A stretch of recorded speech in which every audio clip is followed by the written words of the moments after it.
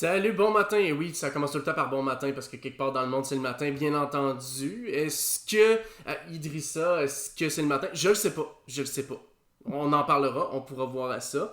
Fait que ce soir, en fait, je suis avec Kathleen Thibault. Donc, salut Kathleen. Allô? Salut, j'espère que tu vas bien. Ben oui, ça va super bien, Eh oui, ça va. merci. Eh oui, ça va bien aussi de mon côté. Donc, Maudit Potato, qui est un grand lecteur aussi, puis qui embarque dans le bon matin, c'est toujours très apprécié, bien entendu. Super. Eh oui, merci d'avoir accepté l'invitation. Mais ça fait vraiment plaisir, là. Merci de m'avoir invité. Ben écoute, je pouvais pas passer à côté de ça, là, je veux dire. Tu sais que la découverte de ton livre a été en fait vraiment un alignement de planètes qui était pas du tout supposé arriver. OK? Non, je ne savais pas. Ben, tu te rappelles-tu les circonstances dans lesquelles on s'est connus? Ça... Je pense que c'est dans un salon du livre. Oui, effectivement. Donc celui, pas lui qui vient de passer, l'autre d'avant. C'est ça. Je passais juste à côté de ton kiosque, ton livre m'interpellait. Et là, j'étais comme, j'ai pas de budget. Genre, j'ai calculé mon budget sur un nombre de livres précis. Puis je t'avais dit, si jamais, genre, il y a un livre que finalement je prends pas dans ceux que j'avais ciblés pour x, y raison, je reviens puis j'achète le tien. Ah, puis finalement, il y en a un que t'as pas pris. Oui, finalement, parce que j'étais un peu déçu, en fait, de ce qui s'en venait. Parce qu'il y avait, c'était un titre, en fait, qui me faisait penser au livre Entre chien et loup que je voulais lire. Puis je me suis dit, ah, c'est peut-être dans la même vibe. Non, pas du tout. C'était vraiment un livre sur les animaux. Puis j'étais comme, bon, c'est pas ce que je cherche, finalement. Fait que. OK. Ah, ben, je Mhm. suis contente finalement que ton choix se soit arrêté sur moi. Ouais, oui, naturellement. Puis par la suite, l'année d'après, je suis venu acheter tes tomes 2, 3, 4 que j'ai lus, donc récemment. Puis je voulais que t'en parles aussi, parce que j'ai du monde. Dans la bibliothèque de mon école, ton tome 1 est disponible assurément. Les autres, je sais pas, mais ton tome 1, je l'ai vu. Dans la Ah, bibliothèque c'est de mon. cool. Oui, dans la bibliothèque de mon école. Fait qu'on estime que ton livre est adapté pour des jeunes de 13 à 17 ans. Donc, Oui, exactement. Pour les secondaires, cette série-là, à partir de 13 ans, il n'y a vraiment pas de problème.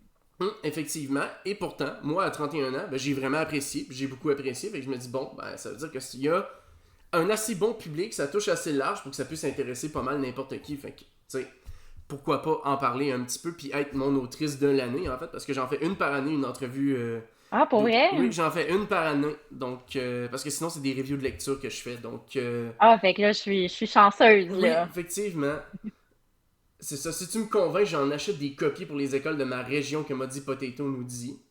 Oh, bon, quand même, là, faut être convaincant. Non mais en vrai je pense que tu vas être convaincante je pense là puis je pense que ça va te plaire Maudit donc sinon j'espère que tu vas bien aussi World QC. Donc, tu sais, je vais te laisser te présenter un petit peu, en fait, là. Fait que j'aimerais ça savoir, donc, c'est qui tu es, qu'est-ce que t'aimes, puis c'est quoi tes livres préférés. Tu sais, la question qu'on pose jamais à quelqu'un qui lit beaucoup de livres, là, mais qu'on pose quand même pour le jeu. Ben oui, parfait. Fait que je m'appelle Kathleen. Je suis autrice principalement chez les éditions de Mortagne, mais aussi pour la collection Frisson, plus pour les enfants. Dans ma vie de tous les jours, je suis éducatrice à la petite enfance et aussi maman d'une cocotte de 5 ans. J'aime beaucoup écrire, lire, jouer à des jeux vidéo. C'est pas mal mes passe-temps préférés. Mais dans mon genre de lecture préféré, c'est pas mal ce que j'écris. Fait que de la dystopie, du thriller, puis je vais le dire vraiment subtilement, de la romantasy. Je Ah, m'assume. Ouais. ah, mais ça, j'ai besoin de comprendre pourquoi les gens n'assumeraient pas de lire de la romantasy, hein. Mais je pense que c'est juste que c'est tellement critiqué, jugé, que, tu sais, quand tu lis de la romantasy, il n'y a pas une bonne histoire derrière tout ça. C'est vraiment juste pour l'histoire d'amour, alors que c'est pas nécessairement vrai. Tu sais, il y a des très bons romans qui font partie de ce genre-là que moi, j'aime beaucoup. Mhm. Mais je pense que c'est juste que ça n'a pas une super bonne réputation, là. Mais ma série préférée, ça a été traduite, je lis un peu plus des romans en anglais, mais c'est la série Throne of Glass de Oh, ok. Sarah J. Maas. C'est quand même une c'est une bonne série, là. T'es parti pour un 8 tomes, quand même des bonnes briques. Mais c'est vraiment ma série préférée. C'est dans un monde fantastique avec énormément d'action. Puis des séries qui ont beaucoup de tomes comme ça, éventuellement, ben, l'histoire se complexifie. On va chercher différents personnages, différents mystères. Donc, moi, c'est vraiment ce qui m'attire. Plus que des romans, des tomes uniques. Ok. Dans le fond, la construction d'un univers sur le long terme, un attachement à des personnages sur le long terme qui vont se développer Oui, sur plusieurs. ouais. Ça explique aussi ta démarche d'avoir fait 4 livres justement pour la Cité de sang, j'imagine. Oui, exactement. Ben, au départ, c'était supposé être trois. Mhm. Finalement, le troisième tome qui était vraiment trop long, donc on a décidé de scinder en deux et de me faire rajouter de l'histoire. C'est vraiment dur, rajouter de l'histoire dans une série déjà écrite. Oui, Je tiens à dire, c'est vraiment compliqué, mais j'ai fait ça. Donc, ok. mais oui. Tu sais quoi? Ça devance une question que j'avais, Ah, pour justement. vrai. Oui, en fait, je t'avais envoyé mes petits talking points, puis peut-être que tu avais remarqué le point numéro 7 là. Je pense que ce que tu viens de dire là va répondre en fait à la question, mais on ira plus en détail quand on sera rendu là Ouais, tantôt, oui, là. absolument. C'est ça, parce que c'est quand même un très bon point, là, que tu dis, mais ok, c'est bon, ben je suis content de savoir ça. Puis sinon, tes jeux vidéo préférés, ça ressemble à quoi? Outre, mettons, ce qui est écrit sur ta quatrième de couverture. Ah ouais, ben tout ce qui est pas shooter, en fait. Ok, Fait que j'aime beaucoup les open world, Assassin's Creed, Witcher, Horizon, c'est pas mal ok, les mes titres titres forts, ok. préférés. Mhm. Puis les histoires interactives aussi. Fait que dans Oh, le monde de Telltale, qu'il fallait faire des choix puis que ça va venir influencer l'histoire, ça, j'accroche vraiment beaucoup dans ce type de jeu-là aussi. ok, c'est bon. Est-ce que tu as déjà joué à Doki Doki Literature Club? Non, j'ai jamais joué à ça. Est-ce que tu C'est connais quoi, le hein? Non, jeu? j'ai aucune idée, c'est Ok, quoi? je vais te l'écrire, puis en vrai, déjà, laisse pas ta fille de 5 ans regarder ce jeu-là. Déjà, Ok, déjà, parfait. déjà, première des choses. Mais en vrai, je pense qu'en termes d'expérience narrative, avec tout ce que tu me dis, je pense que tu vas retrouver beaucoup de choses que tu apprécies. Tu sais, Ah, mais je vais juste te faire un petit trigger warning. Ça aborde des sujets très lourds, très très ok. lourds. Et deuxième trigger warning, ça se peut qu'au début tu fasses c'est ben de la merde. Il y a une période de 3 jours qui se déroule dans la première partie du jeu. Il faut que tu Ok. passes cette période des 3 jours-là pour faire oh ok, là c'est du sérieux. OK, fait qu'on passe les 3 jours, puis là, c'est intéressant. C'est ça. Ben ça reste intéressant avant quand même, mais c'est juste que tu comprends pas trop où est-ce que ça s'en va, puis tu te demandes si ça va être ça tout le long. Non, vraiment pas. OK. Puis tu pourrais Ah, même. mais c'est bon, ça. Oui, puis tu pourrais même jouer avec ton chum aussi. Donc, je sais pas si c'est un Ouais, gamer lui écris-le moi, je aussi. suis bien curieuse. Oui, c'est un gamer, là aussi. C'est On est une ça. famille de gamers, ça va C'est pas ça. bien. Puis c'est sur PC, puis c'est gratuit. Fait que, Ah, ben c'est cool, c'est ouais. ça. C'est Le sûr, je vais jeu, aller voir. c'est ça. Le jeu est en anglais, puis tu peux prendre la version plus pour l'avoir en français, mais ça vient avec comme des mini-jeux supplémentaires que c'est comme pas trop intéressant. Fait que rendu là, anglais. Moi, je l'ai fait en la version de base en OK. anglais. Ouais, Puis ben ça va sûrement être ça aussi, là. voilà, c'est à peu près ça. Salut Undertale, salut Balls. Donc, bref, je t'envoie ça. C'est une expérience, mettons. C'est une Ah, ben cool, j'ai hâte expérience. de découvrir ça. Mhm, absolument. Que voilà. Puis sinon, je m'en viens avec la prochaine question. C'est quoi qui t'a donné envie de te lancer dans l'écriture? Parce que là, t'es maman, au Ouais. travail, puis, puis à la maison. Fait que ça fait beaucoup de... Puis on le sait que être maman, c'est une grosse charge mentale, que c'est beaucoup de travail. Bref, je me dis, Ça où fait est-ce que... beaucoup de chapeaux à porter, là, Exactement. effectivement. Fait que là, la question, c'est où est-ce que tu... Qu'est-ce qui t'a donné envie d'écrire déjà? Puis en plus, tu sais, veux pas, de te dire, OK, ben là, avec ma vie chargée, je prends le temps de... Parce que t'écris Ben, quand même un rythme assez rapide, si je me trompe pas. oui, ben quand même, là, je réussis à en sortir un par année, là, dernièrement. Donc, je me trouve quand même assez bonne. C'est pas une décision que j'ai prise dans les années récentes parce que je suis pas sûre, j'aurais peut-être pas pris la même décision, là. C'est une question super intéressante parce que moi, je lis depuis que je suis toute petite. J'ai Mhm. toujours lu plein de romans. Au secondaire, j'étais la petite loner bizarre qui avait pas d'amis. Je marchais en lisant mon livre dans les mains parce que j'avais pas Ah. envie de regarder le monde dans le corridor. À un moment donné, quand tu lis beaucoup, ben, tu commences à te fâcher contre les auteurs. Les choix narratifs qui sont pas tout le temps fabuleux. Moi, je Mhm. me rappelle vraiment d'une série que je tripais, mais là, rendu au tome 5, j'étais comme, non. Le tome 5 Ah n'existe ouais. pas, puis ça a fini au tome 4. Ah ouais, Voilà, c'était c'est une laquelle, hein? magnifique série. Ah, ouais, en tout cas, tu m'as dit c'est Oui, lequel? ouais, c'est laquelle la série, hein? Oh, c'était de Rachel. C'était un roman fantastique, mais avec dans le monde avec des loups-garous, des vampires. Mais Ok, c'est juste qu'à un moment donné, elle tuait comme un de mes personnages préférés. Puis là, la fille a commencé à aimer un autre personnage, mais c'était juste vraiment pas bien fait. ok. Donc, le tome a été dans la poubelle. Et j'ai fait Oh, comme si ça s'arrêtait au tome 4. t'as Moi, jeté un livre. ah oui, oui, absolument. Oh, ok, Moi, c'est quand fort. je me fâche, là, j'ai un bon caractère, puis je me fâchais vraiment beaucoup contre les Ok. auteurs, puis là, ça n'existe plus. Oh, Le tome, ok. la série s'arrête là. Mais Damn. là, tant qu'à se fâcher contre les auteurs, je me suis dit, ben, peut-être que je pourrais écrire justement, c'est moi l'histoire qui me fâcherait pas, tu sais, Mhm. l'histoire qui me tente vraiment de lire moi-même en tant que lectrice. Donc, ça a commencé au secondaire. Mhm. Et théoriquement, j'ai écrit mon premier roman au secondaire, qui n'était pas La Cité de sang, Mhm. qui était un petit roman dans le cadre d'un projet. Il fallait faire un projet de fin d'année. Donc, j'ai écrit un petit roman. Il ne sera jamais publié, là. C'était absolument pas bon, mais c'était mon premier jet d'écriture. Et un petit peu plus tard, tu sais, j'ai mis ça de côté à l'université. Là, je commençais à mes études en psychologie. Puis, ça m'est revenu le goût de l'écriture, justement, d'écrire ma propre histoire. Puis, avec mes études, d'aller chercher des concepts de société, d'essayer de réinventer la société actuelle sous forme de dystopie. OK. Parce que c'est ça le concept d'une dystopie, c'est d'essayer de réinventer la société, mais à sa façon et de s'arranger pour que ce soit un monde qui fonctionne. Donc, je trouvais quand même que c'était un bel exercice à faire pour une étudiante. Et c'est à ce moment-là que j'ai commencé à écrire le premier tome de La Cité de sang. Mhm. Donc, ça fait quand même... c'est une série qui m'a pris à peu près 10 ans à écrire. OK. Oui, ça a été super long Mhm. parce que, tu sais, t'écris un premier roman, tu sais pas, tu sais, j'écris, je sais pas, ça va-tu être publié? Aucune espèce d'idée. Fait que, tu sais, j'écrivais un petit peu, je le mettais de côté, je recommençais plus tard. Puis avant de l'envoyer, je voulais pas écrire un tome, l'envoyer, avoir la pression de là, il faut que j'écrive le deuxième, il faut que ça soit bon, mais voyons. Donc, j'ai écrit la série au complet avant de l'envoyer à une maison OK. d'édition. Donc, ça m'a Mhm. pris vraiment, c'était un travail de longue haleine, ça m'a pris c'est ça, à peu près 10 ans écrire la série complète avant de l'envoyer aux éditions de Mortagne, OK. finalement. Que finalement, t'as été prise, hein? Donc, Oui, puis ça a été une réponse vraiment rapide. J'avais envoyé le tome 1 en disant ils sont tous écrits en passant, si jamais vous aimez ça. Puis je pense que ça a pris 2 semaines. C'était pendant la COVID, hmm, pendant le gros confinement. Moi, j'avais un bébé naissant dans les bras. Puis ils m'ont écrit, ouais, on lirait les autres manuscrits, tu sais. Fait que je les ai mhm. envoyés. Puis après ça, j'ai reçu un contrat. Bon, ben, that's it. Puis en plus, t'as même pas besoin des écrits sous pression ou quoi que ce soit. C'est Ben déjà non, tout c'est prêt. ça. Puis ils peuvent les sortir, tu sais, au rythme de un par année. Puis ça permet de. Le Oui, c'est ça. matériel est Puis tu déjà sais, prêt. la cité, ça a été sorti même 2 par année, là, les tomes 1, Mhm. 2, 3, 4. C'était aux 6 mois qu'on les sortait. Fait que quand même, c'était le fun pour les lecteurs de ne pas avoir à attendre trop longtemps.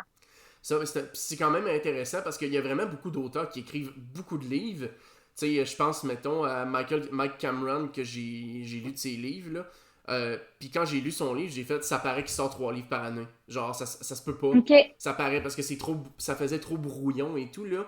Puis c'est pas de quoi que j'ai ressenti en lisant tes livres. Fait que ça, c'est une bonne nouvelle. Puis ça Ben, s'explique. j'espère, parce que ça a pris vraiment longtemps à C'est les ça, écrire. exactement. Parce que, tu sais, mais là, ça explique justement avec 10 ans pourquoi est-ce que ce rythme-là a pu fonctionner de cette Oui. façon-là. Andarte a dit en passant qu'elle était pareil comme toi au secondaire. Elle regardait pas le monde. Elle aimait probablement pas le monde. Ah, ben peut-être que tu vas avoir envie d'écrire. Ah, qui sait. Non, mais c'est ça. Mais oui, effectivement, moi aussi, je lisais beaucoup. Mais en plus, j'étais un gars. Puis on rappelle que, en termes de stéréotypes, c'est souvent plus les filles qui lisent des livres que les gars. Là. Je C'est veux dire, vrai, c'est ça. rare que, mettons, tu vas voir, mettons, des fois au secondaire, un livre sur le bord du bureau d'une fille. Puis les gars, s'il y en a un, ça va être le livre obligatoire en français. Puis c'est généralement tout, là. Fait Ouais, c'est que. vrai que c'est un stéréotype. Surtout hmm, pour le secondaire. Tu sais, les gars sont comme jugés, là, que t'es le nerd, là, si tu lis tous les livres, t'es pas cool, là. ouais, ça. Ouais. Mais il y avait une exception. Puis elle vient justement des éditions de Mortagne à la base. Parce qu'on a tendance à l'oublier. Mais les éditions de Mortagne ont été ceux qui ont sorti les tomes des Chevaliers d'Émeraude, hein, avant qu'Anne Robillard parte sa Oui, propre maison d'édition. Là. oui, puis c'est pas mal à cause de ça que j'ai envoyé à De Mortagne Ah ouais? en premier choix. Parce Mhm. que ben, je me rappelais justement, ben, je trouvais premièrement que c'était une très belle maison d'édition, mais aussi que je me rappelais là, que moi, je lisais ces romans-là avec passion là, quand j'étais plus jeune. Fait que c'est un peu pour ça aussi que j'ai voulu l'envoyer à eux, justement. Ok. Ah, c'est bon. Mireille te pose une question. Comment on fait pour s'enlever la pression d'écriture? C'est une bonne question. Je suis pas sûre d'avoir réussi à trouver en ce moment une réponse. Ben, en premier lieu, c'est ça. J'ai choisi d'écrire ma série au complet avant de l'envoyer. Maintenant, je fais plus ça parce que j'essaye justement de rester active dans les cercles des salons du livre. Donc là, c'est sûr que j'ai un peu plus de pression Mhm. d'écrire puis de sortir ben, plus un tome par année si on veut rester euh, ben, présente puis réussir à se faire connaître. Mais ce qui peut enlever la pression, c'est de se faire vraiment tu sais, un horaire, d'avoir un moment dans ta semaine que là, c'est ton moment d'écriture, puis c'est tout le temps ça qui va revenir. Tu sais, même si c'est une organisation familiale, une organisation personnelle, ben Mhm. tout le temps le même moment. Moi, ça, j'ai trouvé que c'était quelque chose qui m'aidait vraiment à garder un bon rythme d'écriture, de savoir à quel moment je vais écrire. Ok. Fait que j'imagine que c'est genre un moment de la fin de semaine que tu te dis, hey, à soir Ben, j'écris un peu ou. les deux, Ouais. oui. Ben là, le soir, je suis pas capable là, parce que moi, je me fais Ben non. crier les oreilles toute la journée à la garderie, j'arrive, je suis plus capable. Mhm. Mais je fais mes heures en 4 jours. Ok. Fait que j'ai une journée d'écriture qui est le Ah. mercredi. C'est ma journée qui est vraiment dédiée à ça. Il n'y a rien d'autre qui se passe. Je suis dans le roman, là, donc le Mhm. mercredi. Et ben, à la fin de semaine aussi, ben, dans mes temps libres, là, le Mhm. plus possible, c'est ça que je fais aussi parce que ben, ça reste une passion pour moi. Tu sais, Mhm. c'est un peu mon deuxième travail, mais principalement, c'est simplement le passe-temps que j'aime le plus faire. Mhm. Ah, ben, crime, c'est fun, ça. C'est très plaisant, là. Puis, sinon, travers tout ça, tu sais, là, tu me parlais aussi que justement, t'avais un scoop à nous donner, mais je vais vous faire languir dans le chat, vous allez l'entendre à la fin. Restez jusqu'à la fin si vous voulez l'entendre, parce que Kathleen, elle a un scoop pour nous autres. Voilà. Fait que, bref, je vais passer à mon autre sujet. Donc, on va aborder plus en détail maintenant la cité de sang. Oui, Donc, plus précisément, donc, peux-tu en fait nous donner le pitch de base en fait de ça? Parce que là, on a Modi Potato qui a fait une promesse d'achat si ça y parlait. Mais je pense que c'est le moment où il faut qu'il écoute pour voir s'il ok, commence à être c'est convaincu par le concept. ouais, c'est ça, là, c'est le moment qu'il faut que je sorte mon pitch. Ok. Fait que je vais vous faire à peu près le même que je fais dans un salon du livre.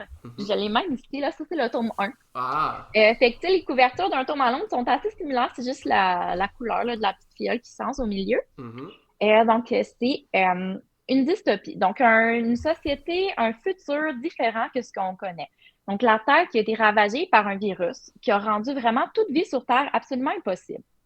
Il y a des survivants qui ont été pris un peu partout dans le monde parce que, bon, ils ont quand même été capables de voir ça venir un petit peu. Et ils ont créé la cité d'Idrissa, qui est une cité sous-marine vraiment imperméable au virus. On ne voit pas l'eau. C'est ça important de le dire, là, parce que c'est une cité sous-marine, mais c'est comme un bunker. C'est un Montréal bunker, Mhm. vraiment complètement fermé. Et les gens ont continué d'évoluer pendant plusieurs décennies. Donc, vraiment, la société est complètement différente de ce qu'on connaît. C'est un monde un peu plus cruel. On est en mode survie. Donc, ils doivent prendre des choix, avoir une certaine organisation pour être capable de, de persister, là, de continuer à survivre pour le bien de l'humanité. Dans le premier tome, on suit vraiment deux personnages en alternance. D'abord, on suit Bryn, qui est une jeune femme citoyenne modèle et vraiment gossante, là, dans le fond. Là. Elle a Ah! tout bien intégré les normes, elle fait tout ce qu'il faut qu'elle fasse. Il y a un événement qui arrive, puis elle rencontre le personnage de Tanner, que lui, ben, c'est un terroriste. Fait que c'est pas mal le contraire d'elle. Ensemble, ils vont se mettre à investiguer, poser des questions à pas les bonnes personnes. Et bon, on va se retrouver dans encore ben, un mode Ils vont se faire pourchasser pas mal. Ils vont essayer de rester en vie tout en perçant les mystères de la cité. Donc, je veux pas en dire trop. Ah, Donc, on c'est est ça. beaucoup. Ouais, fait que des fois, c'est difficile pour moi, mais je vais essayer de pas en dire trop. C'est une série beaucoup dans l'action, dans le suspense, constamment. Là, les pages, on tourne ça assez vite. Il y a des petits bouts plus horrifiques, des scènes un peu plus cruelles et une certaine romance dans l'histoire, mais sans que ça soit trop prédominant et sans que ça soit trop prévisible aussi. Là, de ce côté. Je voulais qu'il y en ait une, mais je suis essayée de sortir un petit peu des sentiers battus à ce niveau-là. Mhm. La romance, point d'interrogation, fiou, que Mireille nous dit. Donc, non, c'est ça. C'est pas de la romance à l'eau de rose qu'on peut retrouver, mettons, dans des romans romance ou dans de la chiclette ou Oui, quoi que ce soit. Là. C'est une romance qui est, en fait, influencée par le contexte de la cité beaucoup. Je veux dire, tu peux pas prendre le temps de vivre une romance à l'eau de rose dans un contexte comme celui de la cité d'Idrissa, mettons. non, c'est ça. C'est plus une romance de on va la prendre ce qu'on peut parmi le fait qu'on se fait tirer dessus puis qu'on court pour notre survie. Là. Fait que c'est ça. Puis c'est une romance aussi assez surprenante. Oui. Donc, je suis Mhm. sans en dire trop, mais moi, en fait, c'était une romance qui n'était pas supposée. Ok. Moi, j'ai écrit le tome 1 avec une idée vraiment précise en tête. Je suis arrivée au tome 2, je me suis tannée. Fait que j'ai comme scrappé le plan, puis j'ai décidé que là, on faisait différent. Fait que Oui. rendu au tome 2, il y a une belle surprise. Mhm. Faut En lire effet. jusque-là pour En, le savoir. en effet, tome 2, soit dit en passant, qui est mon préféré précisément à cause justement de cette dite surprise-là. Ouais, Justement, et ouais. du personnage que ça implique. Je pense que toi et moi, on peut se comprendre, mais eux autres, faut pas qu'on leur en dise trop, là. Non, Mais c'est ça moi, mais exactement. moi, le personnage qui est lié à cette surprise-là, mais moi, c'est mon personnage préféré de la série en entier. Fait que, OK, quand même. mais je pense pas que c'est un choix super original. Là. Parce que c'est un personnage qui est tellement développé puis sur lequel on a tellement mis genre de l'attention que t'as mis de l'attention en fait que je pense que c'est justifié puis mérité là. Ah, bon, ben tant mieux. Puis, tu sais, c'est que dans le... C'est drôle parce que le tome 1, vu que j'ai comme changé d'idée au tome 2, ben en premier lieu, ce personnage-là avait pas de l'air de ça tout Mhm. nécessairement dans le premier tome. Je suis allée faire des modifications par la suite pour que ça fonctionne avec vers Mhm. quoi je voulais m'en aller. Donc, ça Ouais. montre que même si on écrit une histoire, ben, c'est quand même toujours possible de revenir et quand même de changer les détails pour s'en aller vers où tu veux t'en aller dans ton histoire. C'est ça. En gros, t'as fait du retcon mais avant que les livres sortent pour être sûr que ça fit là. Mais c'est ça! Ah ben voilà. Est-ce que c'est difficile d'écrire de la dystopie que Undertale te demande? Vraiment, parce que il faut justement essayer de penser à un monde qu'on connaît pas. Tu sais, il est arrivé quelque chose, il est arrivé un virus qui a dévasté la Terre. Mais moi, j'ai aucune idée de, tu sais, comment qu'on vivrait en survie par rapport à ça. Donc, il faut vraiment venir s'imaginer un monde qui est réaliste, qui est crédible, que le lecteur va le lire et va se dire, ben, ça peut effectivement fonctionner. Donc, moi, dans cette cité-là, qui est une cité sous-marine, mais il faut que les gens soient capables de survivre avec une certaine autarcie.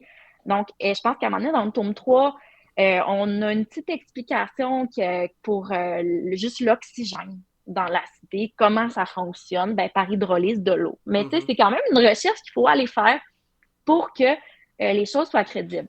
Mhm. Moi, dans ma logique d'écriture, j'en ai fait une bonne partie par moi-même, mais j'ai aussi été vraiment chanceuse par rapport aux personnes que j'ai côtoyées dans le processus d'édition. Mhm. Donc, tu sais, je tiens à le dire parce que c'est vraiment pas juste mon travail à moi, mais aussi ma directrice littéraire, qui était Elisabeth Tremblay, Mhm. qui est une autrice aussi, mais elle a fait des contrats de direction chez De Mortagne, qui m'a vraiment beaucoup aidée dans le réalisme, dans la logique de tout ça.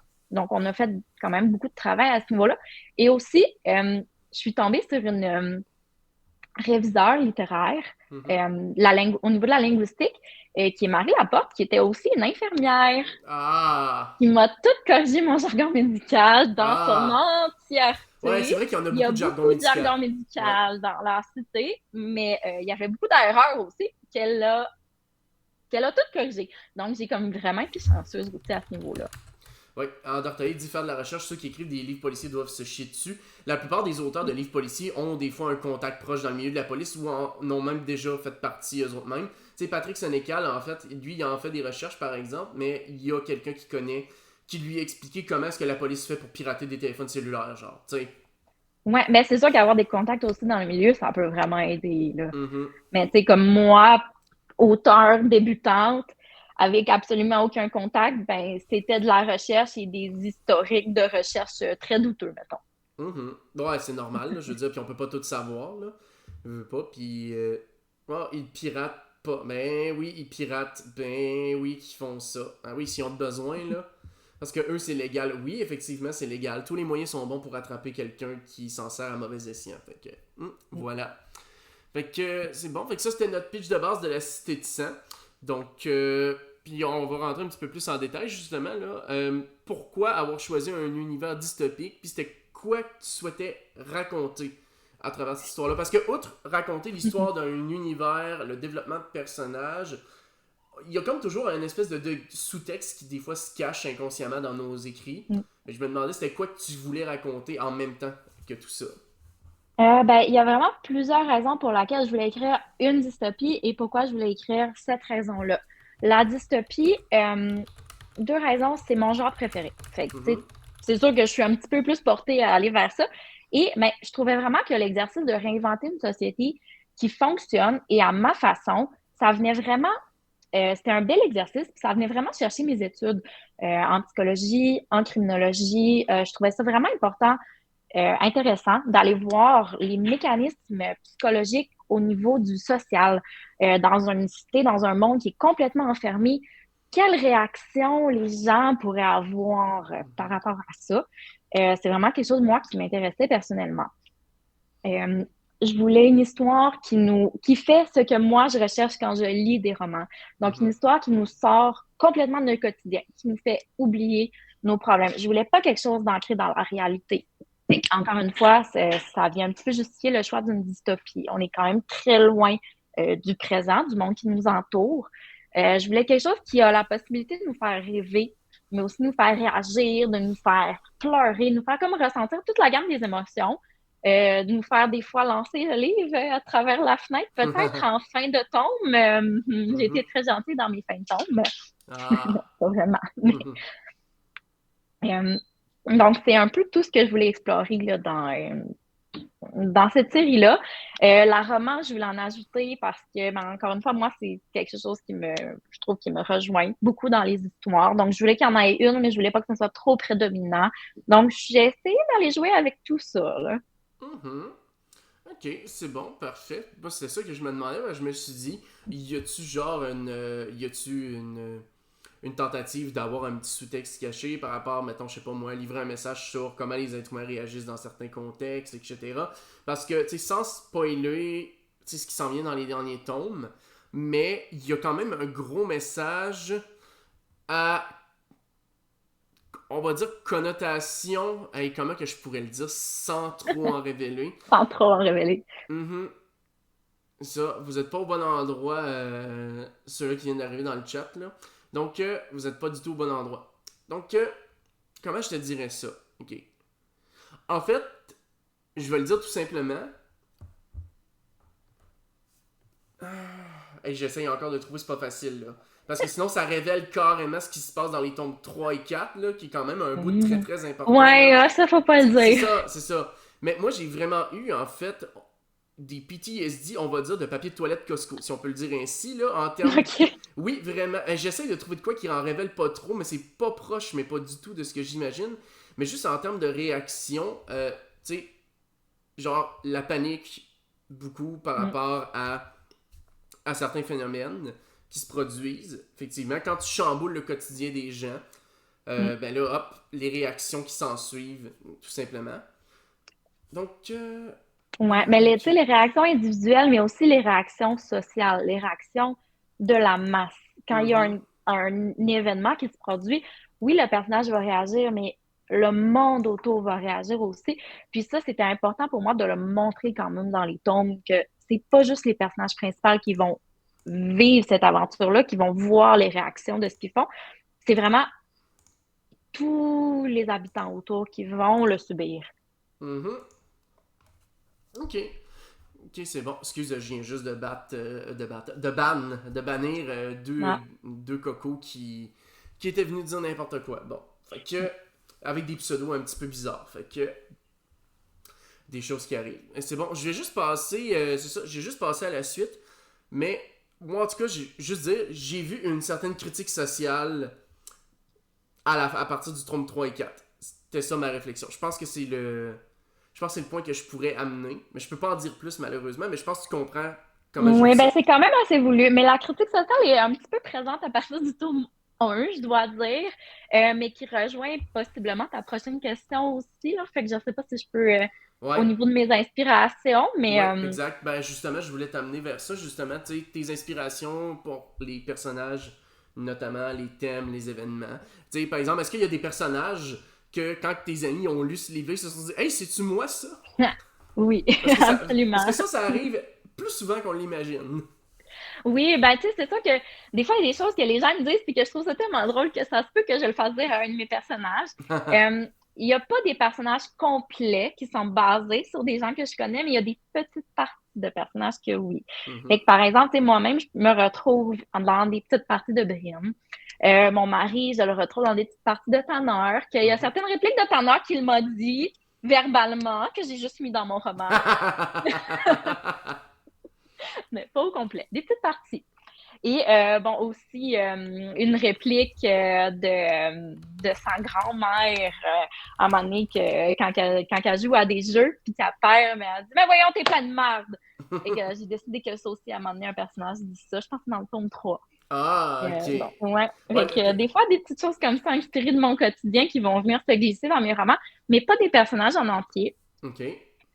Pour le reste de mes inspirations, c'est parce que je suis une autrice qui aime décrire le monde comme que moi je le vois. Je veux pas faire un monde idéalisé. Tu sais, Ok. dans le monde, il y a du beau, il y a du pas beau. Je veux te mettre les deux. Dans le monde, il y a de toutes les idéologies, il y a de toutes les couleurs. Je veux mettre ça dans mes romans. Fait que j'ai essayé de faire une cité que, en fait, tu sais, tout le monde est mélangé. Mhm. Tout le monde est métissé. Il y a une langue, il n'y a pas de religion. On vient effacer complètement toutes les différences qui peuvent venir opposer les gens. Et comment on se débrouille à partir de ça? Ben, c'est ça que les gens, ils vont trouver d'autres façons de se séparer. Ils vont trouver d'autres façons de se diviser. Donc, peut-être à ce moment-là que vient jouer un petit peu la critique sociale, que moi, je trouve qu'elle est présente dès le tome 1 parce que c'était Mhm. vraiment volontaire pour moi de prendre des individus un peu partout, puis ben, on va les enfermer. On va voir comment ils vont se débrouiller. C'est ça. Et je te dirais qu'à partir du tome 3 et 4, c'est une critique sociale qui prend une forme différente. Oui, Peut-être un petit peu plus réaliste aussi.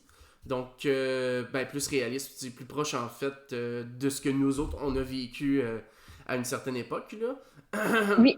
C'est ça. Puis, c'est sûr que aussi, tu sais, ben, on parlait du jargon médical qu'il y a beaucoup dans la cité. On parle d'un virus. C'est un tome 1 qui a été sorti en pandémie. Mhm. Donc, quand que les salons du livre ils commençaient tout juste à reprendre. Donc, au début, c'était pas l'intention, mais pendant la révision, Mhm. à un certain moment donné, les correcteurs m'ont dit, serais-tu capable de nous ajouter un petit quelque chose, pandémie, distanciation Mhm. sociale, un petit, de nous faire un petit clin d'œil. Fait qu'à certains moments, des fois, je suis allée rajouter, justement, par la suite à l'écriture.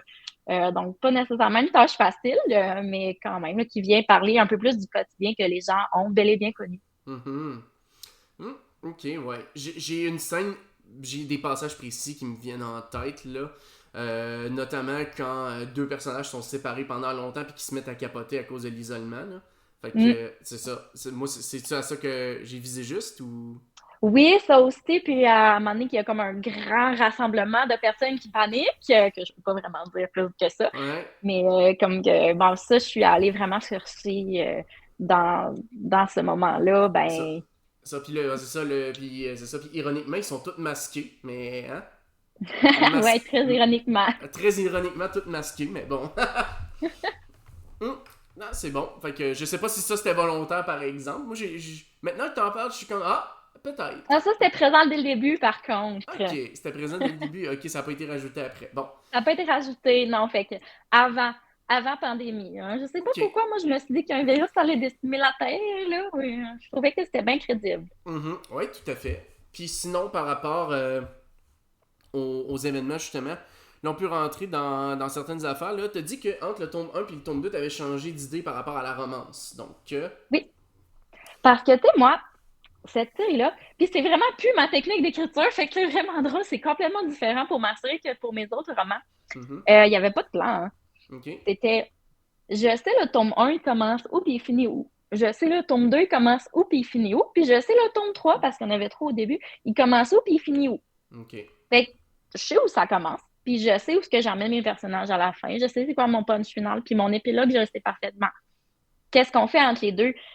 Ben, on va leur mettre le plus de bâtons dans les roues possible. Puis on Eh va oui. les faire survivre à ça. Fait que moi, c'était comme mon trip. J'étais comme un petit dieu par-dessus mes personnages. Puis là, je leur mettais des défis, là. Puis c'était bien drôle. Mhm.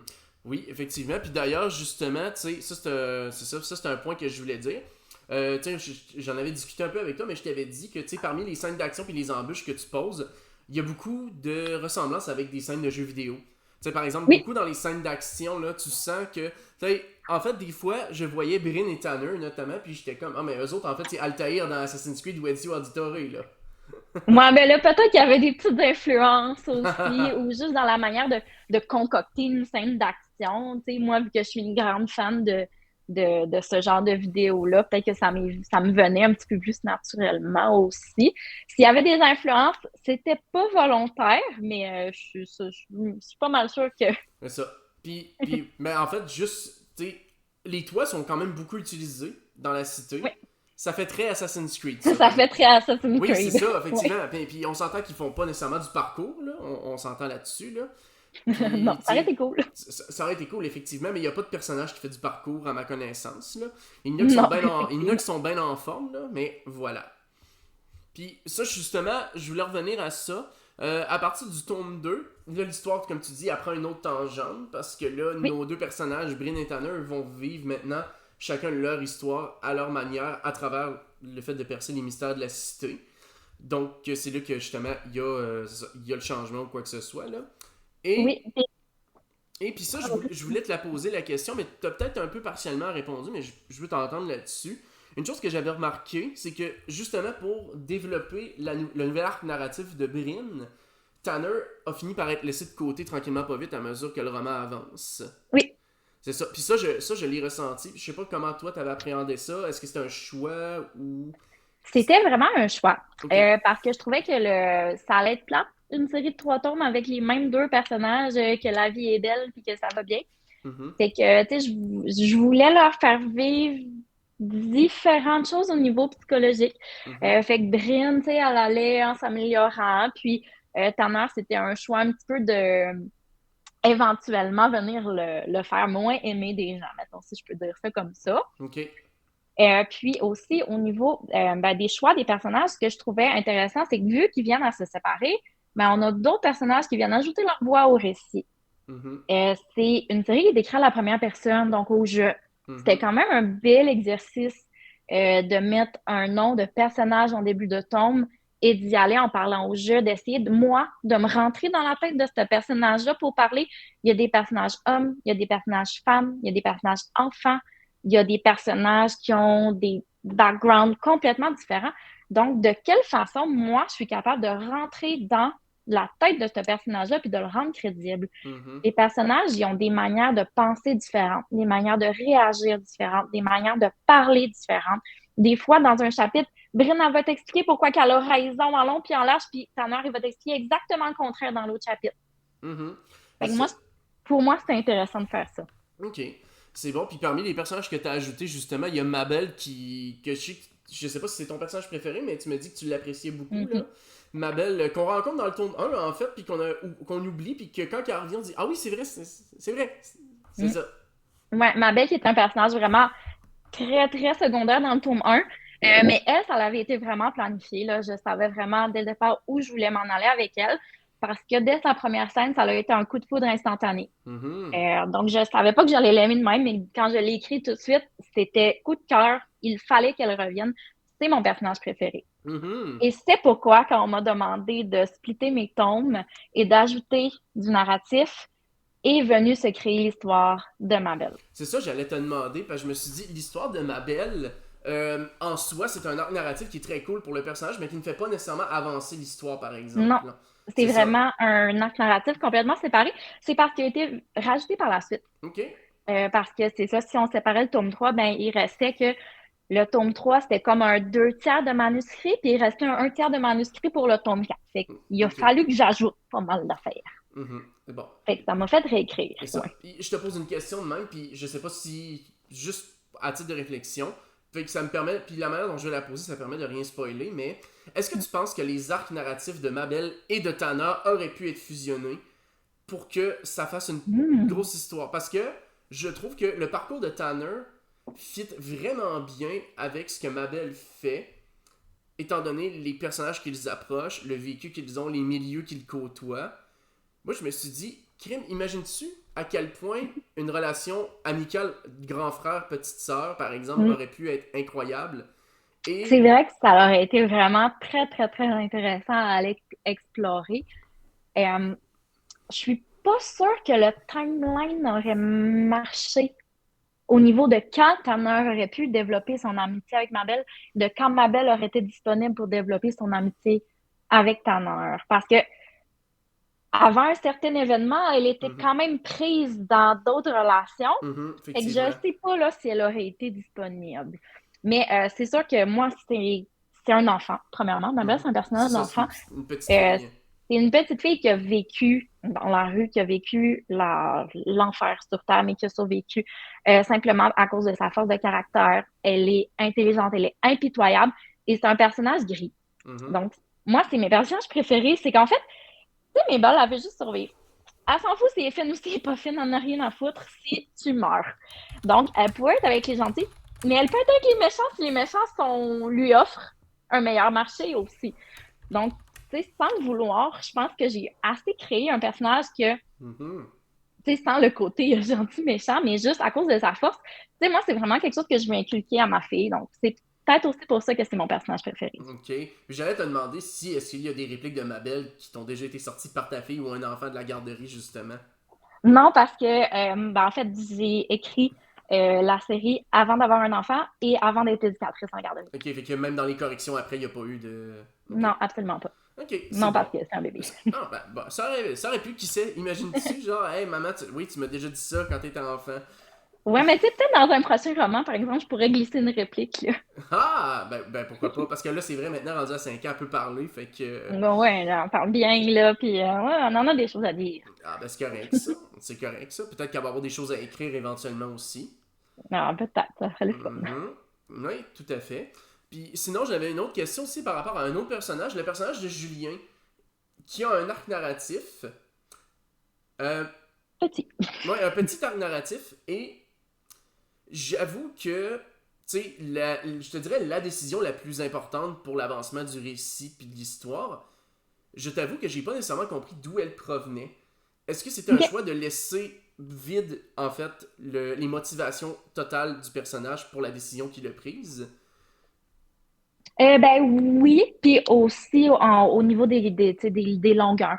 Ok. Je sais, je suis beaucoup rentrée dans certains personnages, il y a certains personnages qu'il a fallu que je laisse un petit peu plus mystérieux.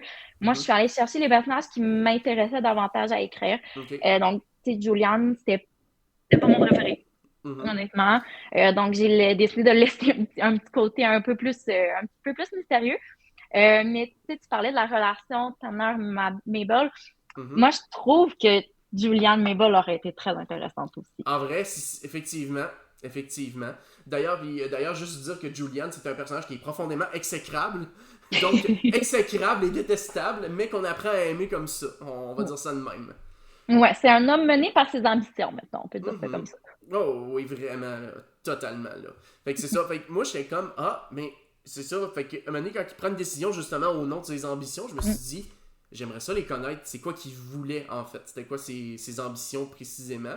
Parce qu'on comprend, on peut déduire ce que c'est en regardant ses agissements, mais c'est ça. Puis là, je me suis dit, ah, il y avait peut-être pas de place pour, justement, le Ouais, ben c'est développer. surtout par rapport à la place aussi. Tu sais, c'est quand même une série qui fait 352 000 mots, qui est Oui, vraiment beaucoup. C'est des tomes à 80 000 chaque. Maintenant, les auteurs, tu sais, des auteurs américains, ça fait des briques, mais des auteurs au Québec, ça fait des plus petites affaires, ouais. normalement. Fait que Puis, le mien, il est quand même assez épais, là, déjà assez volumineux. Puis, tu sais, en révision, c'était beaucoup. Là, si on peut en enlever un petit peu, on va le faire. Fait que là, c'est sûr que, tu sais, j'ai pas vraiment eu de place à venir élaborer, là, sur tous les ça. personnages. C'est surtout parce que le papier coûte cher, il me semble, puis que la Ouais. vente des livres québécois, c'est quand même plus difficile que les livres américains, il me semble. Là. Mais c'est que le prix est basé au nombre de mots. OK.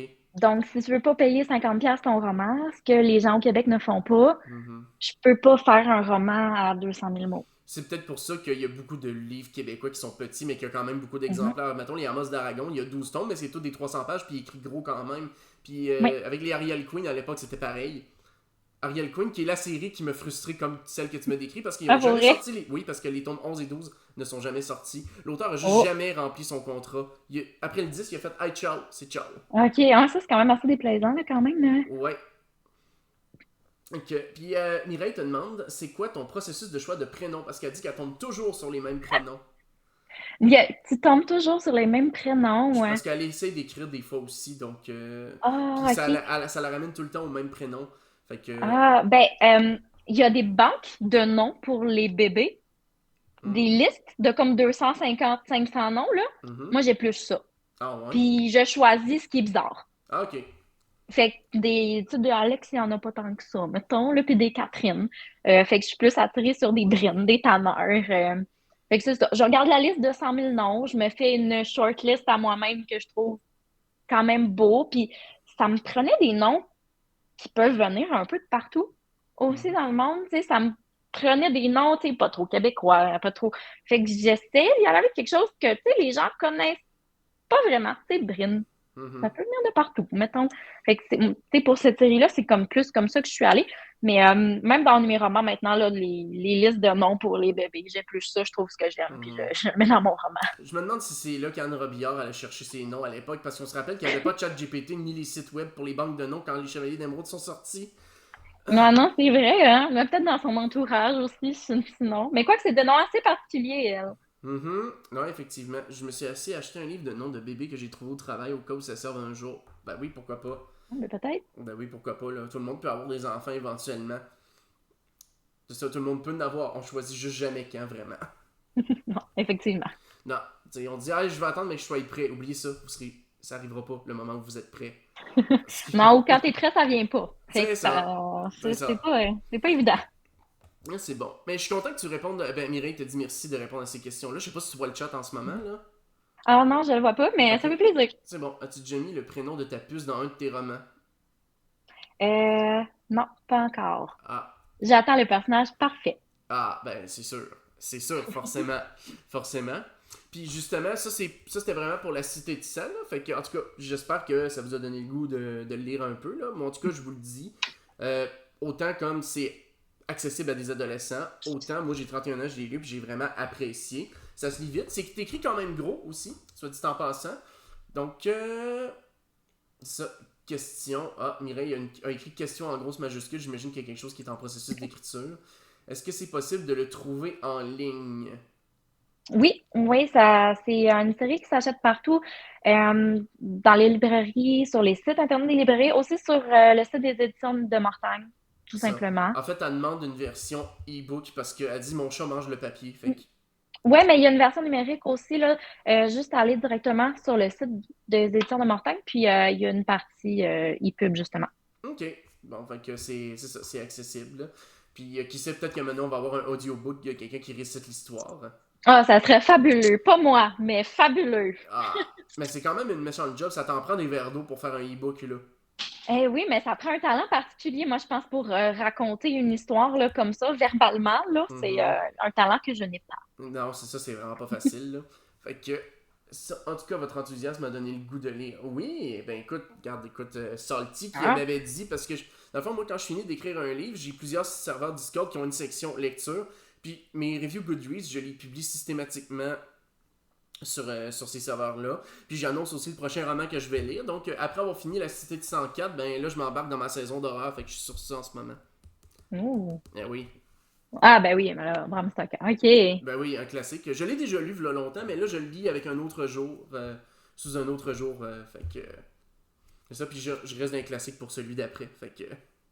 Ah, ouais, ben quand même des classiques, là. Bah oui. Dracula, c'est même pas un vrai vampire. Alors, non. Déjà, ce que tu dis n'est pas vrai. Déjà. C'est Edward Cullen qui n'est pas un vrai vampire. Ah, je te dis. Mais bref, sinon, maintenant, si on passe, mettons, à l'autre livre, parce que c'est pas le seul livre, voyons, la seule série que tu as écrit, pardon. Tu as écrit aussi un livre de la collection Destination Extrême. Peux-tu, Oui, nous parler du livre, mais aussi nous parler de la collection un peu? Parce que oui. on connaît beaucoup les contes interdits, mais Destination Extrême est un peu un compétiteur, si on peut le dire ainsi. Oui, ben Destination Extrême, c'est pas mal la réponse au compte interdit, je te dirais. Celui-là, c'est un roman d'horreur, puis je tiens à le dire parce que je pense que tu as des ados, là, on parlait du 13 ans et plus pour ma série. Celui-là, c'est public averti, donc un 18 ans, je Ok. dirais. Euh, dans la collection Destination Extrême, il y en a des moins pires, mais le mien, particulièrement, il y a des choses dedans que je ne conseille vraiment pas aux adolescents. Donc, je préfère le dire Mhm. tout de suite. Destination Extrême, c'est des romans qui peuvent se lire dans n'importe quel ordre. C'est une compagnie de tourisme macabre qui s'appelle Dato, qui est une compagnie super illégale. On la trouve sur le dark web et Mhm. ils envoient les voyageurs à différents endroits dans le monde euh, de tourisme macabre. Donc, où des lieux, des choses insolites, des choses macabres se sont produites.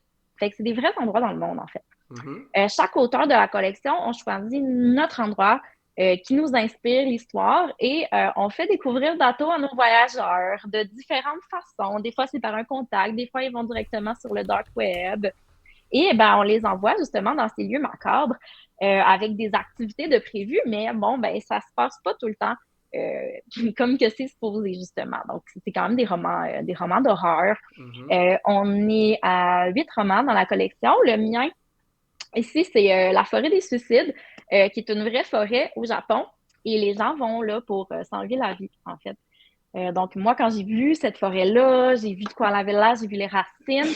Et il y a une pensée très envahissante qui m'est venue dans la tête qui est comme, tu sais, moi, s'il fallait que je tue quelqu'un, là, Mhm. il y a une forêt des suicides. Tu sais, je C'est la tirerais là, je le tuerais, puis je dirais que c'est un suicide, voyons. c'est ça. Fait que l'histoire est vraiment juste partie de là. Mhm. Ok. Trois commentaires qui nous viennent de Mireille. Un, elle nous demande en joke si Destination Extrême a été choisie parce que Destination Ultime n'était pas disponible. Déjà, oui. Je n'ai vraiment pas cette réponse-là, mais probablement. Ouais, c'est ça. Sinon, est-ce que quelqu'un a pris Amityville comme lieu à visiter? Donc, Hmm. techniquement, il n'y a pas d'ayant droit sur Amityville. Fait que, techniquement. Et sinon, Euh, elle dit qu'elle a vu le livre au Walmart. Donc, oh, cool! oui. Donc, et elle dit qu'elle a envie d'aller se perdre dans la forêt personnellement. À noter qu'elle a bel et bien mis un R après le E et non pas un N. Hein. Faut... Voilà, c'est Ah ça. oui, parfait, c'est bon. Bien important. Donc, bien important. Bien important. Donc, Dans la collection, je sais que demain, c'est jour de sortie pour le nouveau tome de la collection Destination Extrême. Fait que pour ceux peut-être qui ne le savaient pas, donc un nouveau tome qui sort demain en librairie pour la collection. ok. Bon, moi qui l'ai écrit, mais il y en a un nouveau qui s'ajoute. Ben, je pense que tous les auteurs des éditions de Mortagne écrivent un livre dans ce sens-là. Tu sais, je pense notamment à Justine Malépart, que c'est son deuxième livre qu'elle a écrit. Là. Que j'ai lu son premier aux Premières Loges de l'Enfer. Là. Oui, Puis que c'est ça, puis j'avais trouvé quand même très bon. Donc, ça, je l'avais review l'année passée, mais c'est un livre sur un homme qui enferme sa mère parce que ben, c'est un psychopathe, là, littéralement. Et il enferme sa mère chez elle, mais sa mère est pour vrai, elle est aussi folle que lui, mais d'une autre manière. Là. Fait que c'est très particulier, puis ça alterne de point de vue de chaque bar. Fait que tu sais pas de quel bar t'as envie d'être. Parce que les deux, c'est des trous de balle. Fait que. ouais, mais c'est vraiment intéressant. Quand tu le sais pas, il y a comme une dichotomie entre les personnages. Les deux sont pas corrects, fait que je sais pas c'est quel mon préféré. Non, c'est ça, c'est ça qui arrive. Puis à chaque fois que tu finis un chapitre, t'as le goût d'être d'accord avec un, puis là tu vois l'autre, tu dis ah, ok non, finalement j'arrive pas. Puis comme tu disais, effectivement, une réponse au compte interdit pas mal, parce que bon, écoute, ça c'est mon avis à moi, mais moi j'aime pas les comptes interdits. Je trouve que c'est de la piètre qualité d'écriture, et j'arrive pas à croire que ça vend à ce point-là. Genre, j'arrive Mais pas à comprendre. Fait que, moi, j'ai jamais été capable de les lire. Je suis convaincue qu'il y en a des bons dedans, par exemple. Tu sais, il y a mhm, des bons auteurs là-dedans. Je suis sûre qu'il y en a qui sont bons. Personnellement, moi, j'ai pas été capable. Mais tu sais, c'est sûr que là, ADA puis De Mortagne, ils ont toujours fait ça dans le genre de l'horreur, tu mhm, sais. Puis ADA a fait un gros coup avec les contes interdits. Avec De Mortagne, je pense qu'ils avaient vraiment envie de répliquer à ça. Et Destination Extrême, c'est une idée qui est venue d'une autrice de la boîte, en fait, directement de Marie-Lou Addison. Donc, ok, c'est pas une idée de Mortagne directement. ok. C'est juste l'autrice qui s'est dit, crème, on fait toutes nos affaires séparées. On peut-tu faire quelque chose ensemble? Ça serait le fun. Ben oui, puis ça l'a bien Donc, à donner. puis ça l'a bien en donné finalement, oui. Donc, Mhm. c'est vraiment le fun de pouvoir juste voir plusieurs auteurs qui vont se réunir pour écrire chacun un tome, mais à l'intérieur d'une même collection. Mhm, c'est une bonne idée, ça. Puis j'imagine que ça va continuer pour encore un bout de temps. Puis est-ce que les auteurs peuvent en écrire plus qu'un ou est-ce que si vous êtes tous cantonnés à un exemplaire? Pas cantonné à un exemplaire. Ok. Fait Donc, c'est vraiment au choix des auteurs de ce côté-là par rapport à ce qu'ils ont envie d'écrire. Là, c'est sûr que De Mortagne sont allés vers tu sais, leur auteur maison. mhm. Ceux qui savaient qu'ils écrivaient de l'horreur dans les premiers balbutiements. Tu sais, moi, j'étais même pas supposée. C'est juste que je l'ai entendu parler, puis là, j'ai fait ma fâchée. Vraiment, en joke. J'ai fait, là, pourquoi moi, on m'en a pas parlé? Puis bon, finalement, Ah on m'en a oui. parlé. C'est ça. Puis t'écoutes-tu des films d'horreur dans la vie? T'es-tu Pas fan? Ah particulièrement. Je non? vais plus lire de l'horreur que l'écouter. Le visuel, c'est un peu trop, là, pour moi, quand on tombe dans le visuel. Mais quand c'est des mots sur une page, on dirait que rien ne m'affecte. Ok. Fait que c'est pour ça aussi que je peux écrire à peu près n'importe quoi. Moi, ça vient pas me chercher particulièrement, C'est là. ça. Mireille demande s'il y a un fil conducteur. Je pense que tu l'as manqué, mais dans le fond, c'est la même compagnie, dans le fond. Mais je pense que les histoires, après ça, chaque destination a son histoire séparée. Mais il y a Oui, comme en haut de la pyramide la même compagnie qui envoie les gens en voyage. oui, Euh, c'est ça, exactement. C'est le seul fil conducteur. Donc, puis la compagnie est expliquée dans chaque tome. Donc, vraiment, là, tu peux lire n'importe quelle destination qui te tente. Tu vas avoir autant d'informations sur la compagnie que dans un autre tome, là. Ok, c'est bon. Puis elle dit bien, c'est comme Cobaye. Je sais pas ce que c'est cette série-là. Je sais pas si ça te dit quelque chose. Oui, ben dans le fond, c'est un autre collectif que les éditions de Mortagne ont fait. Puis avec justement, là, c'est le même concept des auteurs séparés, mais des tomes qui peuvent se lire dans n'importe quel ordre. Donc oui, c'est à peu près le même concept, un peu moins compliqué, parce que Cobaye, les auteurs, ils s'étaient vraiment attelés, là, les personnages se croisaient à certains moments. C'était des Oh, cobayes là, de tests ok. de laboratoire. Puis des fois, ils se croisaient. Fait que les auteurs, dans leur roman, il fallait vraiment à telle heure, je croise tel bonhomme de telle Mhm. auteur. Là, dans Destination, on n'a pas fait ça. Ouais, Là. c'est ça. Vraiment, chacun son ton. C'est ça. Aux éditeurs réunis, ils ont fait ça un peu avec les personnages qui se croisent, mais ils ont fait tout ça dans le même recueil. C'est un recueil de nouvelles où ce OK? que des personnages se croisent, où il y a des références entre eux, des fois, mais tu sais, c'est de la chiclite qui se passe dans un hôtel. Fait que bon, tu sais, c'est ça, je veux dire, c'est Ouais, pas. mais ça peut être compliqué quand même, juste de faire croiser quelqu'un à un moment, là, puis d'avoir la même description, les deux, là, ça peut vraiment être compliqué, là. Mhm. Oui, effectivement. Effectivement. Ben, il faut qu'ils se parlent, mais ça, c'est ça. Pas toujours facile. Sinon, après ça, oui, est-ce que tu as des conseils à donner pour quelqu'un qui veut écrire de la science-fiction, de l'horreur, des dystopies, ou des erreurs qu'il faut éviter? Surtout parce que, bon, quand tu commences à écrire, c'est sûr que tu fais des tas d'erreurs. Ouais. C'est sûr.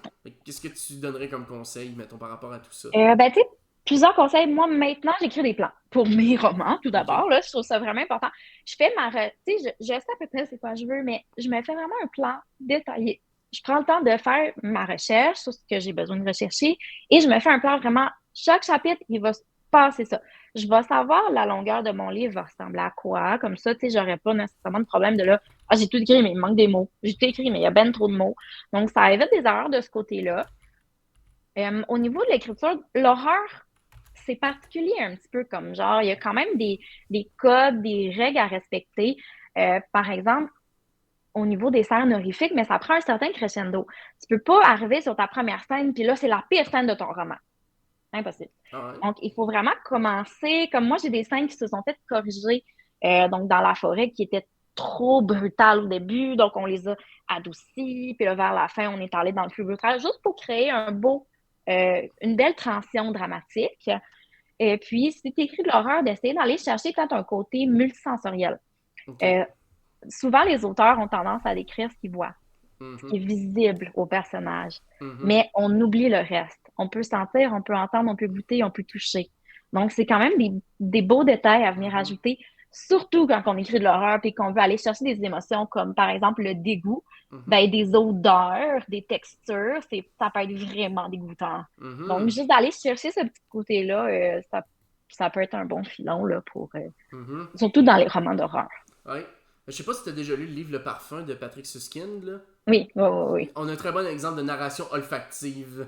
Effectivement, ça, Oh c'est non. une magnifique narration olfactive. Ah non, mais tout. Je pense qu'il y a rien qui est décrit avec la vue dans.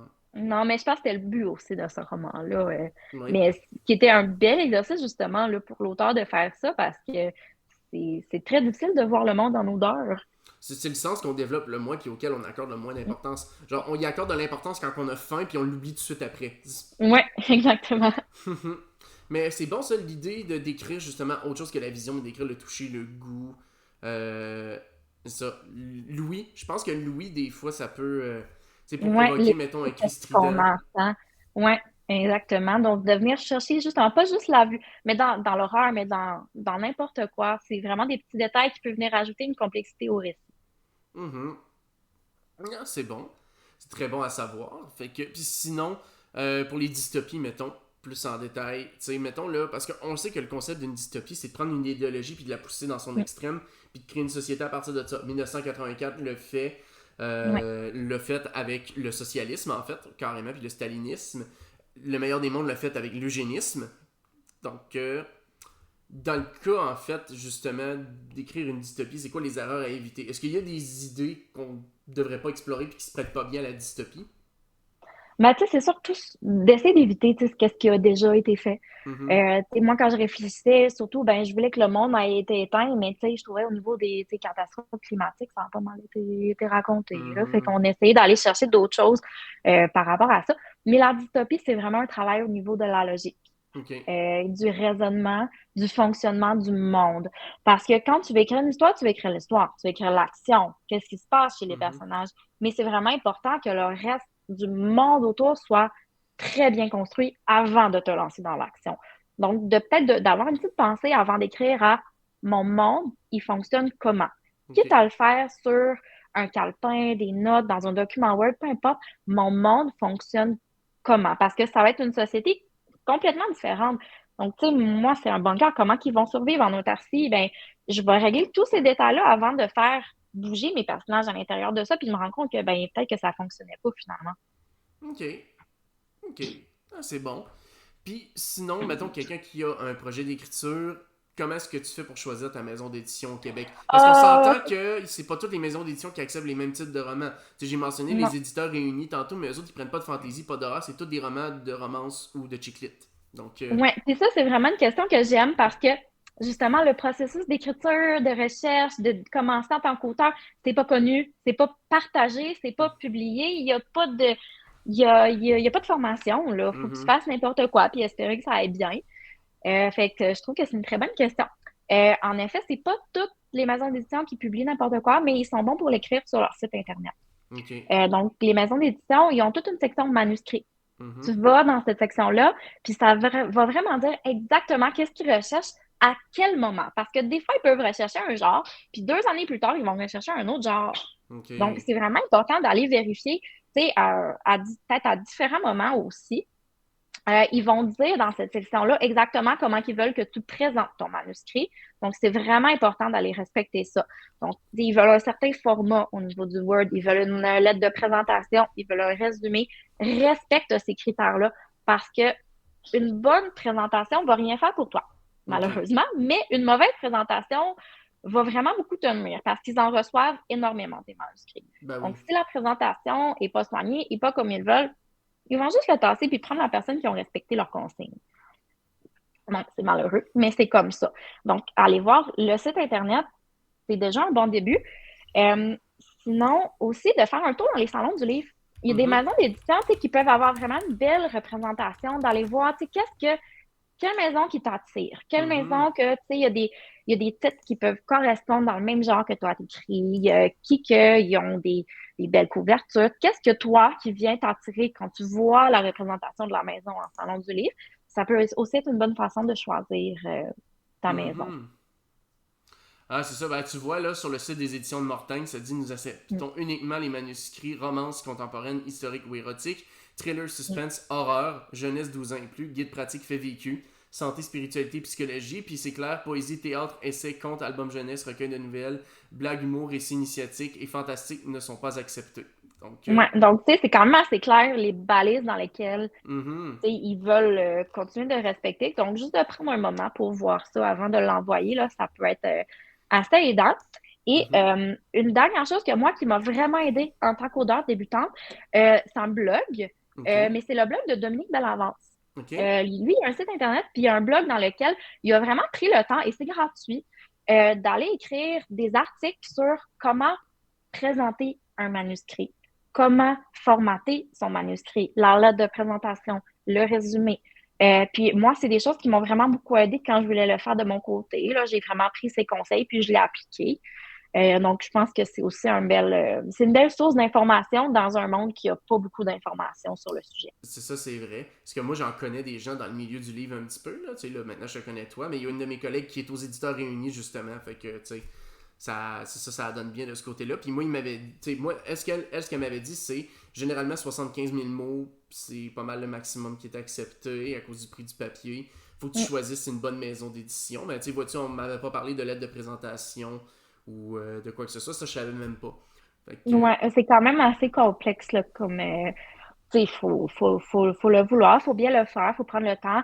Puis juste avoir d'envoyer son manuscrit antidote oui. les fautes.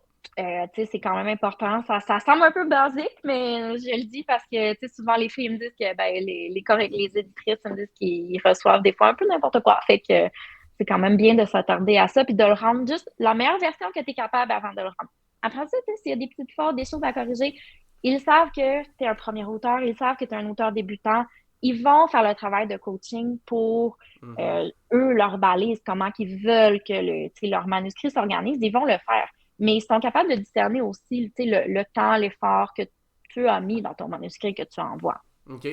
C'est bon. Puis je vais en profiter pour te poser une question parce que moi, dans le fond, ça fait un petit moment que je travaille sur mon propre projet, moi aussi. Puis c'est drôle, OK? j'avais la même idée que toi que de finir en premier, puis après ça, envoyer quand ce serait le temps. Puis c'est ça, c'est un gros morceau, c'est de la fantaisie. Puis OK? à partir du moment où j'ai commencé à en parler, c'est drôle, on dirait que mon téléphone m'espionne, mais j'avais des sponsors sur Facebook de maisons Ah d'édition. ouais. Mais c'est toutes des maisons d'édition que je connaissais pas. Donc là, je me suis dit, OK? hey, est-ce que genre c'est des maisons d'arnaque qui pourraient te voler tes écrits c'est après que tu les envoies ou je sais pas quoi? Fait que, à quel. Tu sais, ça Ouais, existe-tu mais dans ce j'avoue, tu sais, milieu-là? si c'est une maison d'édition que personne connaît, qui est pas en librairie, c'est-tu parce que c'est pas au Québec? C'est ça, mais c'était en français, c'est bien ça le pire, là. Puis, tu sais, en plus, ça disait on recherche de la fantaisie ou quoi que ce soit, là. Puis j'étais comme, il me semble que je connais pas ça, mais pas en tout. C'est qui eux autres, là? Tu sais. Fait que, bref, c'est ça, je me demandais, là. Puis je me suis dit, est-ce qu'il y Ouais. a genre des. Est-ce que ça existe, mettons, des arnaques dans. Ben, j'imagine que ça peut exister. Tu sais, je pense qu'il faut faire attention. Déjà là, une maison d'édition qui te demande de l'argent, Mhm. gros louche. Ok, c'est Tu bon. sais, non, ça fonctionne pas. Là. Tu sais, une maison d'édition, c'est eux qui prennent en charge. Il y a aussi, mais il y a de l'auto-édition qui existe, Oui, mais il y a aussi des éditions à compte d'auteurs oui. qui existent. Donc, c'est peut-être ça que tu as reçu. En fait, c'est que c'est des maisons d'édition, Mhm. mais que ça, en fait, c'est que c'est plus un service de coaching. C'est pas vraiment une maison d'édition. C'est qu'ils vont t'aider à, toi, auto-éditer ton livre et ils ont peut-être aussi déjà développé une petite chaîne de distribution, mais c'est toi qui assumes tous les risques, c'est toi qui payes. Mhm. Donc, c'est peut-être, moi, je connais pas vraiment les noms de eux, donc, tu sais, peut-être que c'est ça que tu as reçu là, à ce moment-là. Moi, c'est ça. Ben, édition à compte d'auteur, dans le fond, c'est que tu payes pour avoir accès au service de la maison Ouais, d'édition, tout c'est simplement. ça. Mais ça doit coûter quand même cher parce que, bon, imprimer des livres, oui, ça coûte beaucoup de sous, là. Ouais, c'est ça. Ça peut coûter quand même beaucoup de sous, puis tu sais pas si ça va, tu sais pas si ça va se vendre tout. Il y a tout le reste qui est vraiment dans ton camp. Mais ben, c'est un choix qui est quand même qui est possible. Ça, c'est des choix vraiment complètement personnels, là. Hmm. Moi, en tant qu'auteur débutante, ben, je préférais justement m'associer avec une maison, une vraie maison d'édition qui allait me montrer, me coacher et avoir la distribution, la représentation en librairie. Mais tu sais, je peux comprendre pourquoi que d'autres auteurs choisissent de faire l'auto-édition eux-mêmes, là. Mhm. Ça, puis d'ailleurs, tu sais, la rémunération, comment ça marche quand t'es à compte d'éditeur? Ben, dans le fond, moi, pour le papier, c'est 10%. Ok. Donc, c'est pas beaucoup. Le livre, il se vend 29,95. Je fais Mhm. 10%. Ok. Je fais presque 3 $ Ok. Par pour livre. tout ce travail-là. Mais, tu sais, c'est ça. Moi, je ne prends aucun risque dans tout ça. Donc, moi, Ok. si les livres ne se vendent pas, c'est pas moi qui paye en bout de ligne. Ok, c'est bon. Puis, mettons, quelqu'un achetait le livre numérique, tu sais, comme Mireille le demandait tantôt. Est-ce que tu as une meilleure marge de profit dessus? Oui, là, je ne sais pas par cœur parce que je me rappelle pas de mon contrat, mais oui, il me semble que numérique, on a une meilleure marge Ok. dessus, par exemple. C'est pas énorme, mais c'est une meilleure marge. Ok, c'est bon. Tandis que si t'étais en auto-édition ou à compte d'auteur, tu ferais 100% des profits, mais t'aurais Oui, investi en avance, c'est ça. exactement. Ok, c'est bon. Puis, ben, ça, c'est un point qui est quand même intéressant. Puis, je sais pas si c'est aux éditions de Mortagne que ça marche de même, mais je sais que ma collègue qui est aux éditeurs réunis, eux autres, ils reçoivent une avance. Puis, pendant 2 ans, ils sont comme pas payés pour les livres qu'ils ont, mais ils reçoivent un acompte d'avance. Puis, quand Ça dépend l'acompte est des comme. maisons. Ok, c'est ça. Ouais. C'est ça. Ça dépend vraiment des maisons d'édition. De Mortagne, non. De Mortagne ne le fait pas. Là, moi, c'est vraiment. Puis il y a une certaine règle, là, s'il est publié avant telle date, tu vas être payé l'autre année. Sinon, c'est Ah, 2 ans plus tard. Donc, ça dépend de ta date de parution aussi. Mais tu sais, c'est un chèque par année, toujours au même moment. ok. Ben, moi, avec De Mortagne. Mais par exemple, bon, Frisson, à la publication, il te donne un montant, Mhm. mais ça fait partie, tu sais, de tes redevances. Fait que tu as comme une petite avance à ce moment-là. Fait que, tu sais, ça dépend vraiment des maisons d'édition. Ça. Puis j'ai une question. Admettons que. On en avait déjà parlé, mais admettons que Ubisoft disait Hey, la cité. Ah, Mettons que Ubisoft disait Hey, la cité de ça, c'est trop bien. J'aimerais ça, on aimerait ça faire une adaptation en jeu vidéo. Ce qui, je pense, en passant, est totalement possible. Genre, vous le lisez puis vous dites Ouais, non, il y a de quoi faire. ça Non, serait malade. Surtout vraiment. Ubisoft. Ouais, vraiment. Mais admettons que ça arrive. Là, c'est toi qui as écrit le livre, mais c'est ton éditeur qui gère tout ça.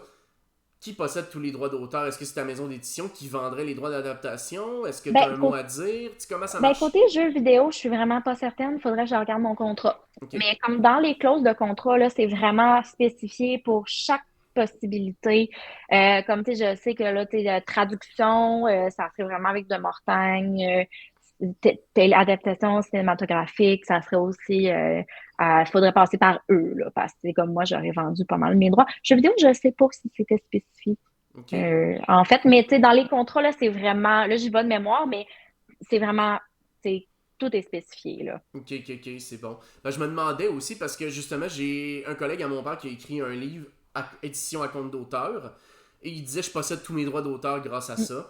Puis une autre discussion que j'avais eue aussi, c'est que dans le fond, les maisons d'édition prennent le contrôle des droits d'auteur si tu vas à compte d'éditeur, si on peut le dire ainsi. Fait que tu perds comme tes droits d'auteur sur ta propre œuvre, c'est ce que j'ai cru comprendre. Ouais, ben tu les vends, mais pendant un certain temps Ok. aussi. Donc, c'est un 10 ans, je pense, le contrat. Donc, tu sais, par exemple, tu sais, au Québec, les séries ne restent pas sur les tablettes là, pendant des années et des années, là.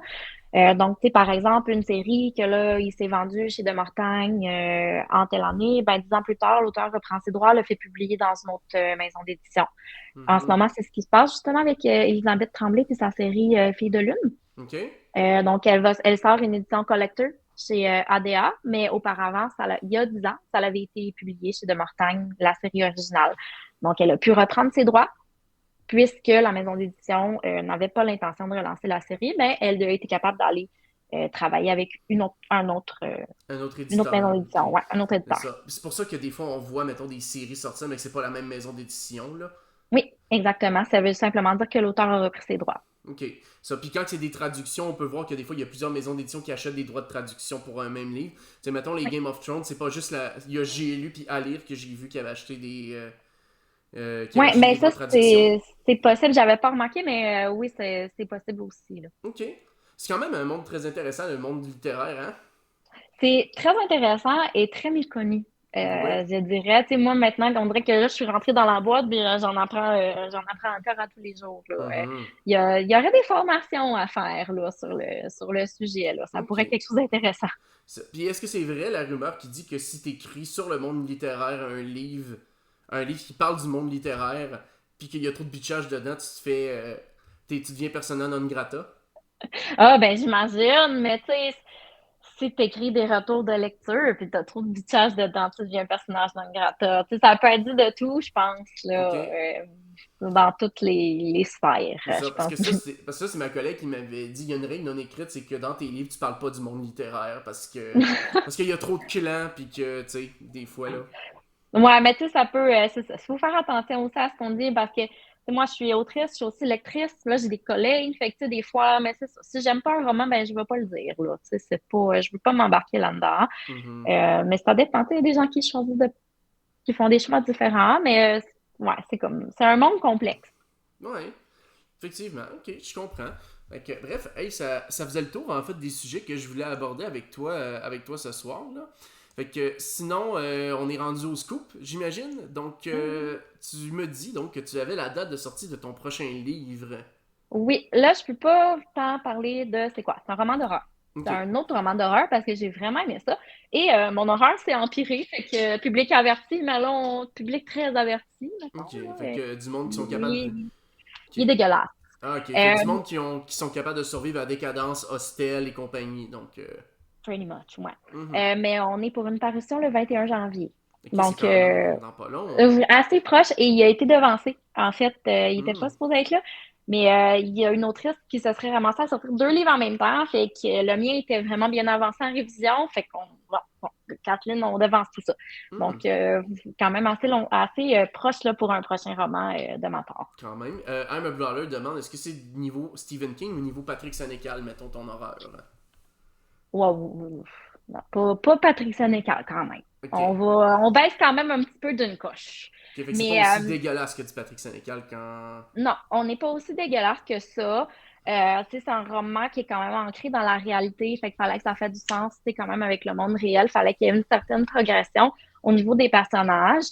Euh, Tu sais, moi, quand je parle des âges, un peu de recommandations de Mhm. romans, je dis, tu sais, un peu de violence à dose comme correct, Mhm. Si on rentre dans du contenu, t'es violence, grosse horreur, décapitation, on monte un petit peu plus. Moi, mon problème, c'est qu'il y a de la violence plus au niveau sexuel Ok. dans ce roman-là. Ok. Donc, dans ce temps-là, tu sais, je veux pas le conseiller à des adolescents. Donc, c'est pour ça que je mets un 18 ans et plus, là. C'est comme mon barème, à ma limite personnelle. Je trouve pas ça bien pour des ados. Ok, c'est bon. Puis en même temps, ça dépend aussi, là. Je veux dire, il y a des ados qui lisaient L.com à l'époque, hein. Je veux dire, Ouais. je sais pas t'as quel âge, là. Moi, j'ai 31, là, mais j'imagine qu'on... Puis, ben, toi, Ah ouais, j'ai 32. ça va, c'est pas si... Ça va, c'est pas une grande différence d'âge. Mais tu sais, moi, quand j'étais au secondaire, les gens lisaient L.com dans la Ouais. classe, là, puis les profs étaient scandalisés de ça parce qu'ils comprenaient pas qu'on lise des affaires de même. On était comme, ben là... Ben, tu sais, moi, ma lecture obligatoire, j'ai eu du Patrick Sénécal au secondaire, là. Ouais, mais c'était le passager, j'imagine, hein. Sur le seuil, moi. Ah, sur le seuil, ok. Ben, sur le seuil, ça se Avec la lit. prof qui dit que vous lirez pas à partir de la page 400. Mais oui, clairement, je vais lire à partir de la page 400. Qu'est-ce que t'en penses? Ah! Mais, Ben oui, clairement. ben non, tu sais, Ben non. arrête de lire.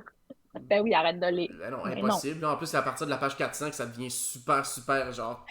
C'est là que tu- c'est intéressant. C'est ça, parce Et qu'avant. clairement, je l'ai lu Mhm. en secondaire Ben 5. voilà. Mais en vrai, genre, 51-50 rue des Hommes, le passager, puis sur le seuil, ils sont relativement soft, mettons, là. Je les ai pas tous lus. Fait que, Ok. tu sais, c'est sûr que, au niveau de. Tu sais, mon guideline, Patrick Sénécal, c'est pas mal Patrick sur le seuil. Puis, tu sais, celui-là, il était quand même assez intense. Ok. Fait que, de où je situe mes romans, ben, peut-être pas aussi intense que ça. Mais en même temps, ça fait longtemps que je l'ai lu. Fait. Mais j'aime beaucoup dans mon horreur, je trouve qu'il y a plusieurs types d'horreur. Ouais. Il y a, tu sais, t'as de l'horreur dégueulasse, mais t'as de l'horreur psychologique, t'as vraiment toutes sortes d'horreurs. Puis d'essayer d'aller jouer avec tout ça dans mes romans. Ok. Donc, La forêt des suicides, c'est vraiment une expérience globale, complète. On a une scène un peu de tout dedans. Dans celui qui s'en vient en janvier, c'est très psychologique. Ok. Donc, je suis vraiment allée chercher avec mes études, c'est vraiment le portrait d'un trouble de personnalité là, au niveau du personnage principal. Donc, pour moi, c'était un bel exercice. J'aime ça aller chercher les concepts au niveau de la psychologie, ce que je connais dans le fond dans mes romans. Donc, celui-là qui s'en vient, c'était un bel exercice à ce niveau-là. Ok. Puis le fait que tu intègres la violence sexuelle, moi, c'est quelque chose que je trouve quand même très parlant parce qu'au niveau violence psychologique, tu sais, je veux dire, ça laisse des impacts, genre, qui sont énormes sur les victimes, déjà en partant, qui Oui. sont pas assez reconnus, à mon avis, là. Ça, Ben, ça vient vraiment chercher le fait que je veux décrire le monde comme qu'il peut être. ouais. Puis je sais que tu sais, dans ma forêt, j'ai été critiquée là-dessus parce qu'il y a un personnage très, très misogyne, justement, qui a beaucoup de difficultés envers les femmes dans ce roman-là et que ça a été critiqué, en fait, qui disait que j'étais un auteur qui n'était pas du tout féministe, mais quoi que ce soit. Mais en fait, je décris ce que je vois. Mhm. C'est pas vraiment. Ouais. Je dis pas que les actions de ce personnage-là sont bien.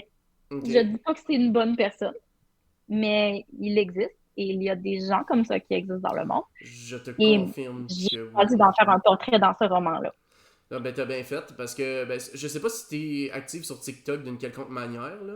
Oui, quand même, ben, un peu, là, Ouais, mais c'est pas... Je oui. sais pas si tu me suis sur TikTok, Je mais pense pas que je te suis sur c'est TikTok. ça. Faudrait. Mais oui, en vrai, je pense que ça t'intéresserait parce que je fais majoritairement du contenu politique féministe.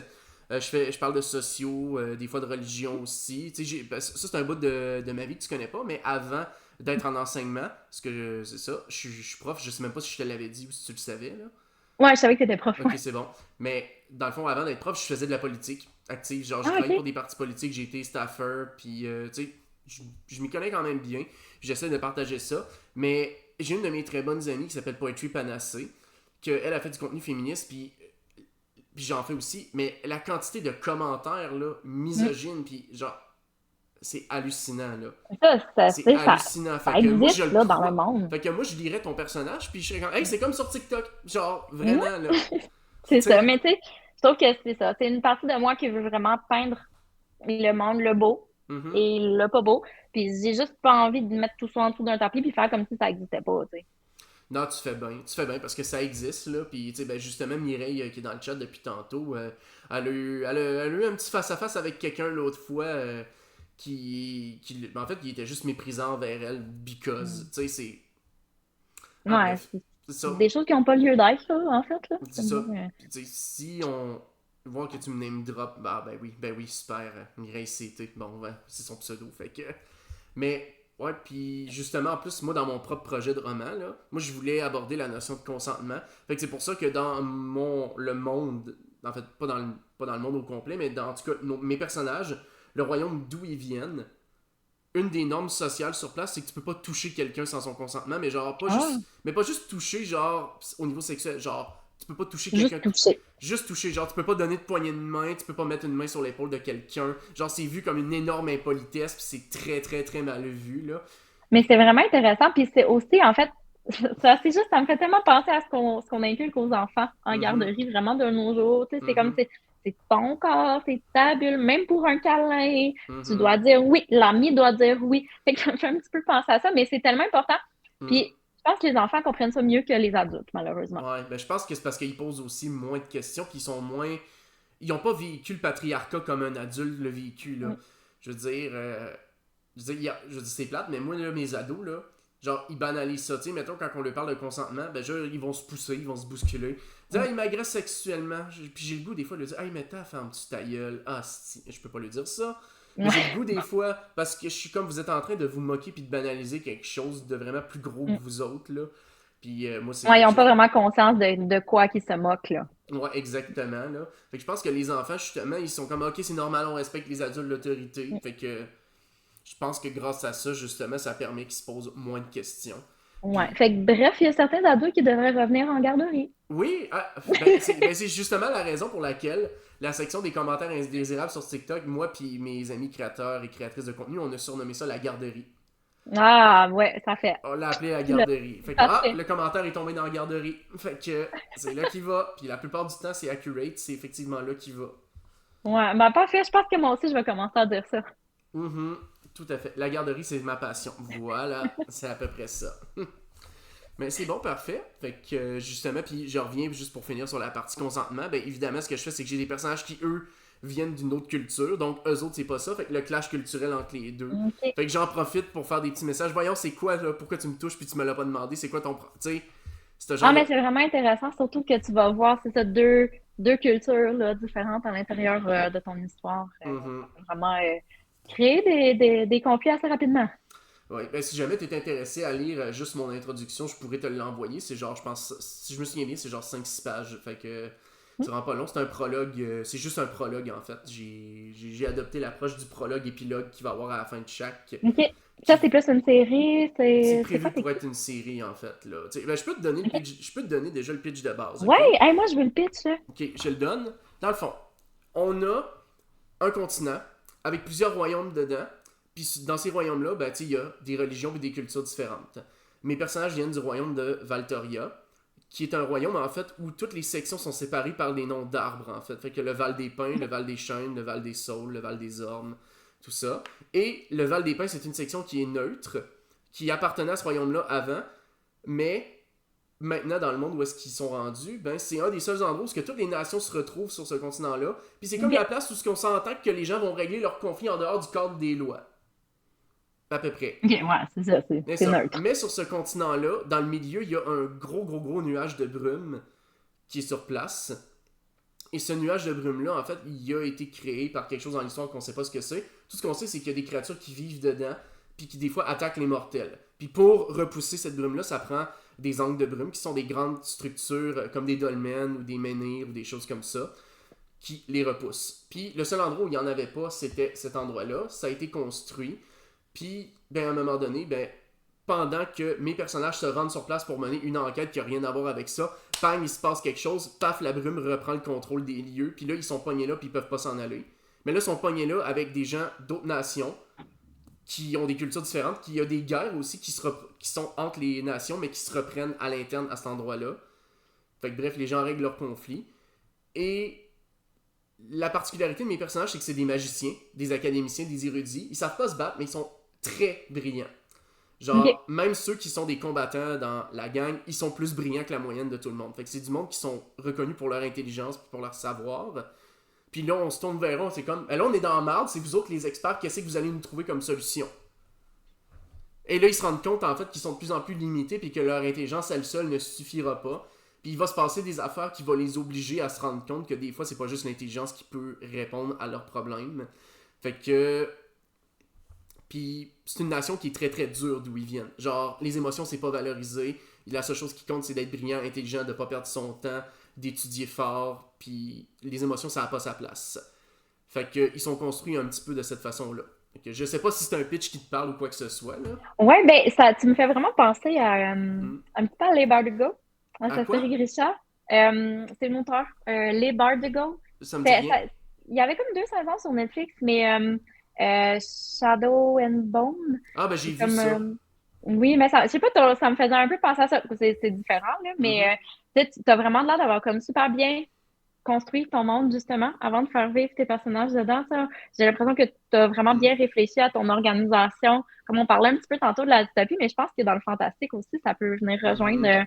tu sais, c'est tellement un monde particulier, complètement différent, de, tu sais, bien saisir ton organisation avant de faire vivre tes personnages. Ouais. Puis moi, dans la vie, j'ai étudié en sciences et religions. Puis tout est construit, toutes les convictions puis la culture est influencée par les religions. Puis j'aimerais ça éventuellement garder cet univers-là, mais écrire genre des histoires qui se déroulent avec chacune de ces religions-là qui sont importantes. Oh, mais Parce, ça, c'est très ça, intéressant. parce que là, il y en a une qui va être vraiment très très développée, puis en parallèle une deuxième pour des raisons que voilà, c'est ça. Ouais, pas de spoiler. Puis non, chaque Combien section de a tomes tu veux écrire? Ben, moi, je visais 3. Mais vois-tu, là, en ce moment, j'ai environ 200 pages, puis j'ai presque j'ai 50 000 mots d'écrits, puis j'ai 200 pages. Mais ils sont écrits, Ok, mettons, ça avance bien, là. ouais, mais ils sont écrits en Times New Roman 16, parce que c'est écrit gros. Ok, c'est Parce écrit gros, ouais, ouais. ben, en fait, la raison pour laquelle j'ai fait ça, c'est que j'ai déjà fait imprimer un livre, qui était un livre religieux, justement, pour un GN, un grandeur nature. Ok. Et je l'ai fait imprimer version roman, à peu près de la même grosseur que tes livres La Cité de Sang, mais il est écrit en 12 Times New Roman. Puis là, quand ça a sorti à l'impression, j'étais comme c'est ben trop petit. Fait que je l'ai C'est écrit. petit. Ça, c'était trop petit. Fait que je l'ai écrit Ouais. en 16, mais. Tu sais, je sais pas si Écrit c'est le en genre fait. d'ajustement qui se fait par les maisons d'édition quand tu l'envoies après. Ben, je pense que pour les maisons d'édition, ils demandent du 12 Mhm, généralement, mais tu sais, en même temps, quand tu vas voir sur la section, là, tu mhm, peux voir, et je pense que c'est le genre d'information qui est noté exactement, même les interlignes qui veulent, la mhm. police qui veulent, c'est vraiment tout indiqué. Ok. Mais tu sais, toi, pendant que tu l'écris, là, tu l'écris sous format qui te plaît, puis après, tu l'ajustes, là. Mais parce Mhm. que, tu sais, eux, c'est vraiment, moi, quand je fais manuscrit, c'est Word. Ok. C'est du Times New Roman, c'est du 12, c'est de l'interligne et demi. Ouais, c'est ça. Puis eux, ils font tout le montage là, par la suite. Ok, ils font la mise en page eux autres même. Parce que pour Ouais. vrai, je t'avoue que moi, question de mise en page, je passe beaucoup plus de temps là-dessus que je veux bien l'admettre. Parce que j'ai un trouble du spectre de l'autisme, puis j'ai une certaine fixation pour, tu sais, je suis comme, là, je vais finir ça, mais j'ai pas le goût que ça prenne une ligne de plus à la page, parce que c'est Avoue que tu chiant. veux que tes paragraphes ils soient Oui, beaux hein, quand tu les oui, écris dans ton document. oui, Là. C'est genre, exactement. il peut pas finir avec comme un mot là. Non, Non, non, même moi. Document. Mais tu sais, c'est Word, puis ça va changer, puis je sais que ça sera pas comme ça dans le roman, là, mais je suis pas capable. Je suis non. pas capable. Non, au pire, je vais enlever un mot ou je vais rajouter 3 mots dans ma phrase. Mais il faut que mes paragraphes soient beaux quand que je le vois dans mon document. Voilà, exactement. 1.5 ou 0.5, j'imagine que ça doit être 1.5 la plupart du temps, là, pour... Parce que Ouais, pas mal 1,5. ben, en vrai, c'est vraiment plus facile à lire quand il y a une séparation, parce que quand c'est tout collé, là, genre, tu te perds à la lecture, puis pour vrai, lire sur écran, c'est vraiment plus difficile que sur un papier. Ouais, puis tu sais, même une petite tabulation au début de chaque paragraphe, ça peut aider aussi, là. Oui, le Juste petit la tab. première ligne, là, je sais pas trop, je sais pas si j'ai le bon terme, mais Moi, c'est tu tab. sais, ça peut vraiment aider à la lecture. Ouais, juste peser sur table. Justement, j'y ai pensé. Tous Ouais. mes débuts de chapitre commencent comme ça. Puis la narration, c'est de la première personne aussi, mais je me suis inspiré de celle de Game of Thrones. Je veux dire, OK? c'est. Oui, ben à chaque fois, c'est un personnage différent qui va avoir le point de vue. Ah, mais ça, ouais, ça, c'est intéressant. Là, tu vas vraiment d'aller rentrer, là, Mhm. dans la tête de la personne. Ouais, exactement. Puis sinon, ben, je me suis inspiré des Chevaliers d'Émeraude pour les pensées. Tu sais, je sais pas si tu te souviens des Chevaliers d'Émeraude, quand ils faisaient de la télépathie, c'était tout le temps écrit en italique. Hum, Tout le temps, tout le temps. ouais. Mais c'est juste que Ben, vu qu'Anne Robillard, c'était de la narration omnisciente qu'elle utilisait, il fallait qu'elle précise c'était qui parlait. Mais là, vu que j'ai une narration à la première personne, ben dès qu'il y a de quoi en italique, genre, ah, tu le sais, c'est ton personnage qui le pense.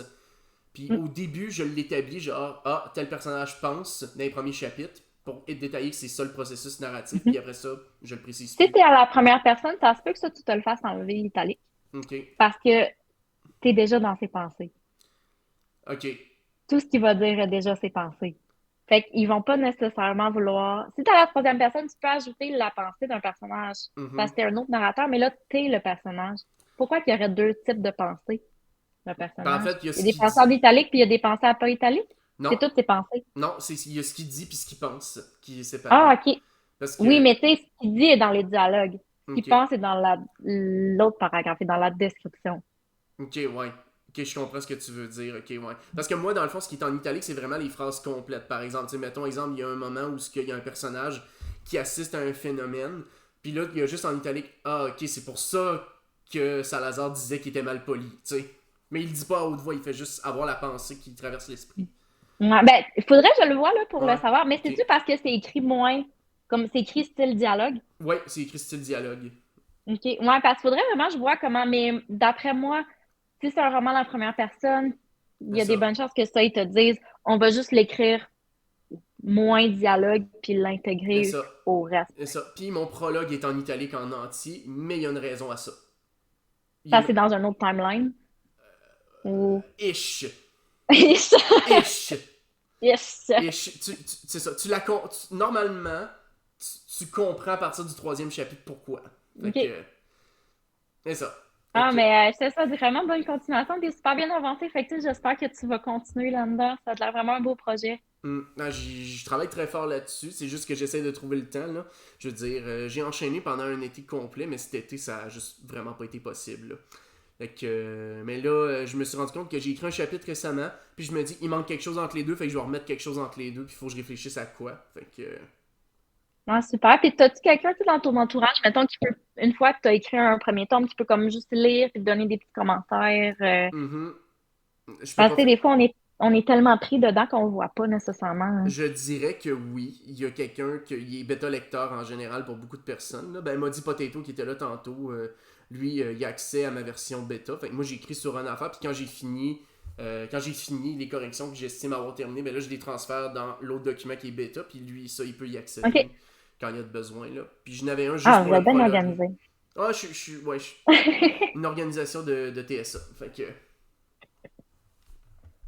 Bref, sur ça, ben écoute, ça fait une bonne heure et demie. J'ai déjà résumé l'histoire en Dartae. J'ai déjà résumé l'histoire, je peux pas en dire plus. Verra pour le reste. Mais écoute, merci beaucoup d'avoir été là, d'avoir accepté l'invitation, d'avoir pris de ton temps de soirée de maman, notamment, pour tout ça. Fait que, dans le fond, juste te dire, déconnecte pas tout de suite quand je vais avoir terminé. Je vais faire un petit bye aux gens, fermer YouTube aussi. Puis ça, je vais te rester pour jaser genre 2-3 minutes après. Donc, quand on OK, sera plus en parfait. live. Donc, merci gang d'avoir assisté, d'avoir participé. Donc, petit rappel, donc, cette semaine, je ferai pas vraiment de live parce qu'il y a les négos syndicales pour les ententes locales qui commencent avec l'enseignement. Mais on va se voir jeudi sur la chaîne de Charlène. Puis on va parler de dating. Voilà. Donc, allez la follow. Soyez là. Puis, Mireille te dit merci, Madame Thibault. Ouais, ben, merci Mireille. Eh oui. Fait que je vous invite à laisser un follow chez Charlène. Fait que jeudi, on va parler de dating à 19h.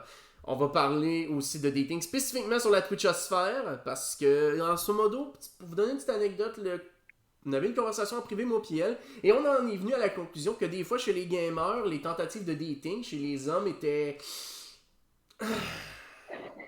C'est ça. Ben, toi, t'es une gameuse aussi, Kathleen. Je suis convaincu que t'as déjà eu des tentatives de séduction que tu t'es dit. Ouais, C'est ça. pour être mieux. C'est réessaye dans quelques années, viens me revoir plus tard là. C'est ça.